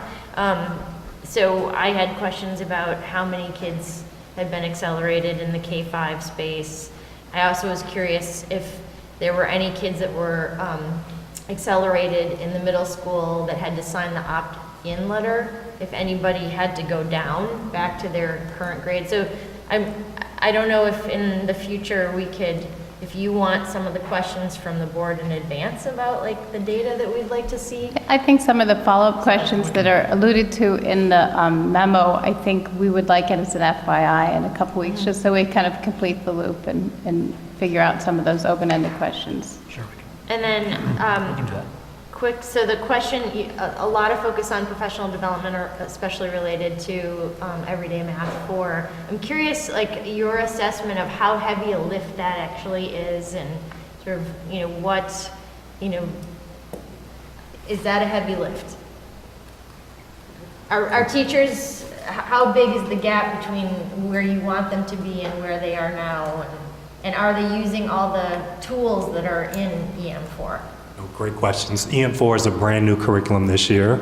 So teachers are at a place, our professional development is really focused on fidelity, right? And providing teachers with the clear understanding of what documents are brand new to the curriculum, what's available, and how to access all of those resources. That also aligns with our rollout of the mathematics framework, which is really kind of this one-stop shop where teachers, particularly new teachers to the district, can go to this resource and then figure out, it outlines all of the components of EM4, provides purposes for EM4. It talks about the different lesson plans that you might have, different types of lessons that happen in EM4, and kind of lays out kind of like some guidelines on how to effectively teach that.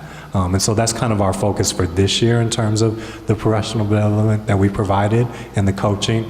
We went in deeper into kind of the newer math games. For every lesson, there's a new differentiation piece. So it talks about readiness, it talks about students on track, and then it talks about enrichment activities. And that's something our teachers are really grappling with and trying to figure out, how do I assess student learning? And then how do I provide them the right supports once I've identified where the students are? And so that's ongoing work that we want our math team to continue. And do you feel like there's a general level of like enthusiasm for this, or like more trepidation? Like what's the... I think as the teachers are becoming more aware of the capabilities of the new curriculum, we're hearing more and more positive feedback. So we had a professional development a couple weeks ago, and we heard some really good feedback from teachers. One example is like the rollout of the report cards. At first there was some trepidation about, now we're going to go to new report cards. But now that they are aligned to the EM4 lessons, we're hearing really positive feedback. We're seeing teams that have dived deeper to say, these are the assessments that we can use to truly evaluate and assess our students. And teachers and teams are really taking ownership of that. And so we're excited about that. Great. And then we're saving all acceleration questions for an FYI, right? So I'll not ask those and send them separately. Yeah. And then finally, it's just a request. When you deliver the discovery process for the tech plan, will there be a math strand? So at this point in time, if I think about the deliverables within the tech discovery process, don't have a defined math strand. Part of the tech discovery process will be, is really defining what the role of technology is in teaching and learning in the district. And that is a part of your question when you ask that. What is the role that technology plays either in primary instruction or supplementary support, those types of things. And so I think by coming through with a clearer definition of the role of technology in teaching and learning and what happens in the district, I think we'll get to inform that question, but there isn't a specific response back on the role of technology in math. Gotcha. Thank you. Thanks. Thank you. I don't have any questions. I just have two things that, as we move forward, that I'd really like to be able to understand better as they get developed.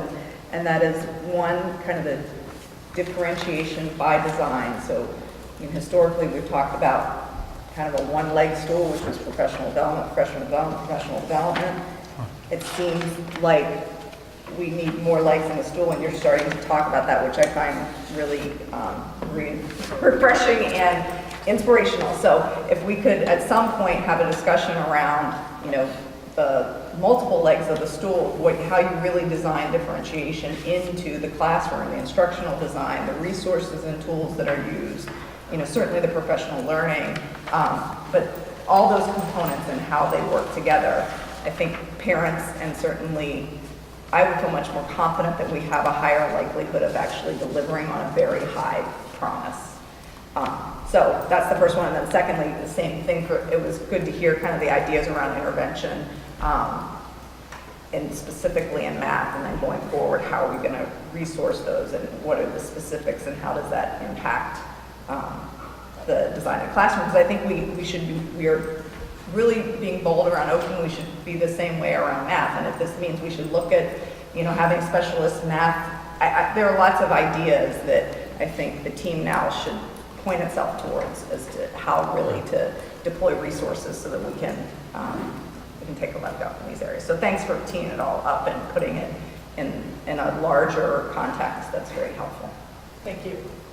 Can I piggyback? And the other thing to think about too is the wish list, right? Like as you get to 16, 17, it's, what would be on the wish list in terms of math specialists and a full implementation of math as fundamental? Because if we were to ask taxpayers for extra resources, we can't just ask for filling the hole, right? What are we going to do differently? Exactly. Yeah. And this is a big one where you could actually make a strong case for increasing the numbers of kids who are doing really well in math in this district. Suni, I have a question, but okay. I am a little surprised, and this is, you all are dealing with the history of compacts that were made between the board and the administration prior years. But when the algebra pilot was rolled out, there was a commitment from the administration that not only would we see data for how the pilot was working, but we would track the kids to Algebra 2 to make sure that they were getting the fundamentals that were making them successful in that Algebra 2 class. We haven't had clean data even for the pilot. So I'm not sure, your timeline seems really aggressive to me, given the fact that we have committed to looking at these kids not only in algebra, but in Algebra 2, and we don't even have 1 year of data. So I would just say, I wouldn't be ready next year to say, go ahead until I'd seen that data. So that's the way I feel about it. Can I have one caveat on that? Like, yes, I want to see the data for everything. It drives me bananas that we don't have it, but okay. But on the algebra, it would be fascinating to know if the Algebra 8 kids are getting the extra 2 modules of CMP, right? Yes. Right now? That's a good research question is, how are the kids in Algebra 8 doing with the full dose of algebra? I would like to know that in a year. Anyway. No, sorry. I think that's a good question as well. But it's a complicated picture that I think we need to be very careful as we move forward. So I would just caution a lot of data and keeping it at a pace that we would all feel very comfortable with. No, we appreciate the input. But I think the acknowledgement that the curriculum is actually moving towards being pretty much the same is something we Which have is- to we all- acknowledge. And we if all it is wanted the that, same, yeah, that's- and if it is the same, then does it continue to make sense to have two separate classes? If it's the same and they're doing what, like, And they're doing, well, yeah, I mean, I that's think the, that it's a different situation than when the pilot was originally. Any other questions? Great. thank you. Thanks very much. We have quick updates on our committees. I think we can get through these. Cradle to Career, Paul.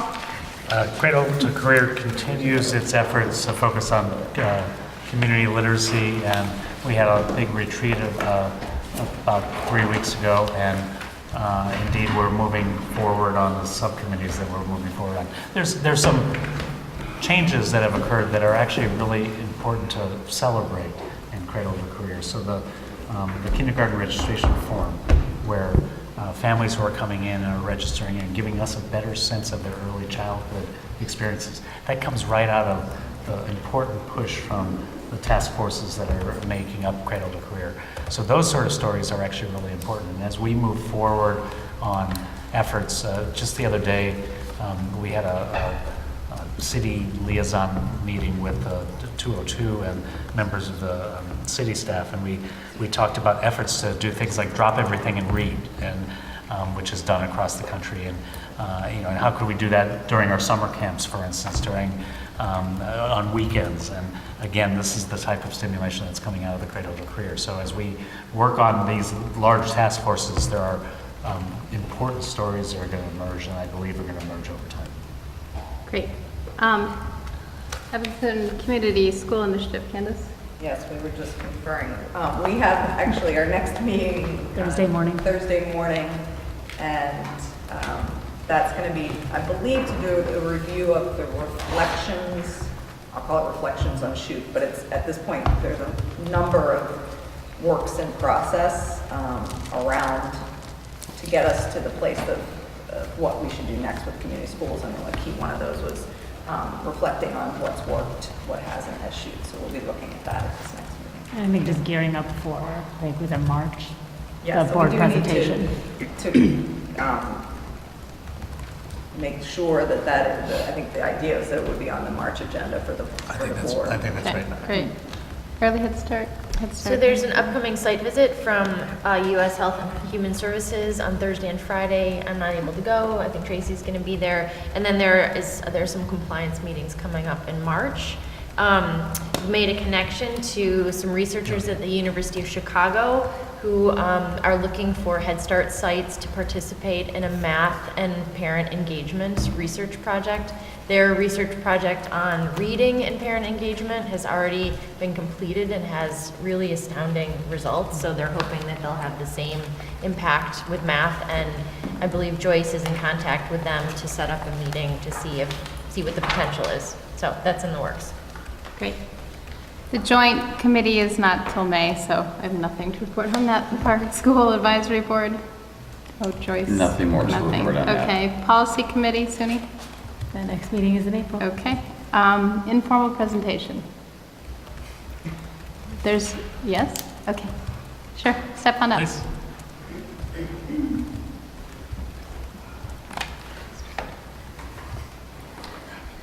My name is Lauren Gradnicki, and I'm the parent of a first grader at Bessie Rhodes. And first of all, as a parent at Rhodes, I'd like to weigh in on the locker rooms.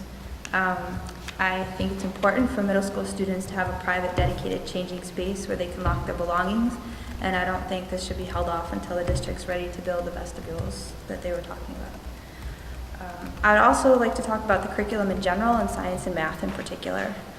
First, let me tell you about my background so that you see this as more than just a frustrated first grade parent. While earning my PhD in astrophysics from the University of Chicago, I taught as an adjunct and part-time teacher at the U of C's Lab School Upward Bound program at Woodlawn Charter School and at National Louis University and Columbia College. I was the astroscience workshop coordinator 1 year at the Adler Planetarium and Astronomy Museum, and I was a teaching assistant for several levels of undergraduate astronomy courses. After graduating, I became a member of Paul Sally's gang, teaching at the U of C's Sesame Math and Science Endorsement Program, and I've taught at the high school and college level. I've also done a lot of tutoring.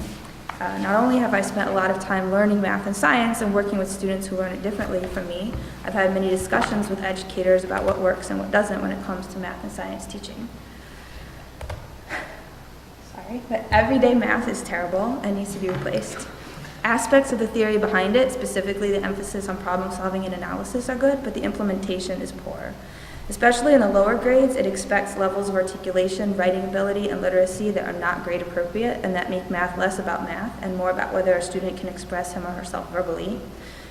The research says that repetition and review are important, but the choice not to have targeted practice and mastery of a topic before throwing a new topic at the students means that they never really know what's going on. There are books that do this. They offer targeted practice for the current lessons, then start throwing in review problems. Everyday math doesn't do this. For example, in first grade, they're adding 2-digit numbers using a number grid instead of learning addition facts. Using the number grid adds a dimension of understanding place value and addition, but it can't replace learning addition facts. The 4th and 5th grade books are practically indistinguishable, and between the two of them, there isn't enough practice to even clarify adding fractions with different denominators. I could go on, but I hope I've made my point. The challenge is to find a way to make the practice fun, not to find a way to teach math without practice.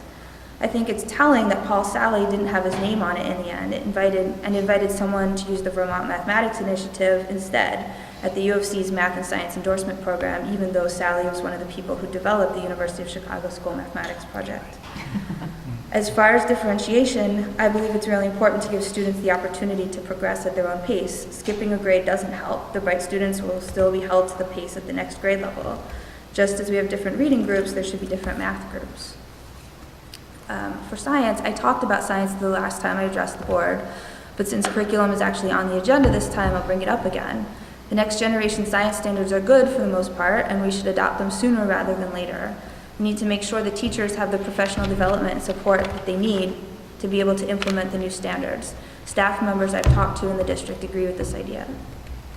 As far as the curriculum timetable goes, I've read through the team's review document. I think math and science should be the first subjects that we review and update. Science, because we should get on board sooner rather than later with the new standards.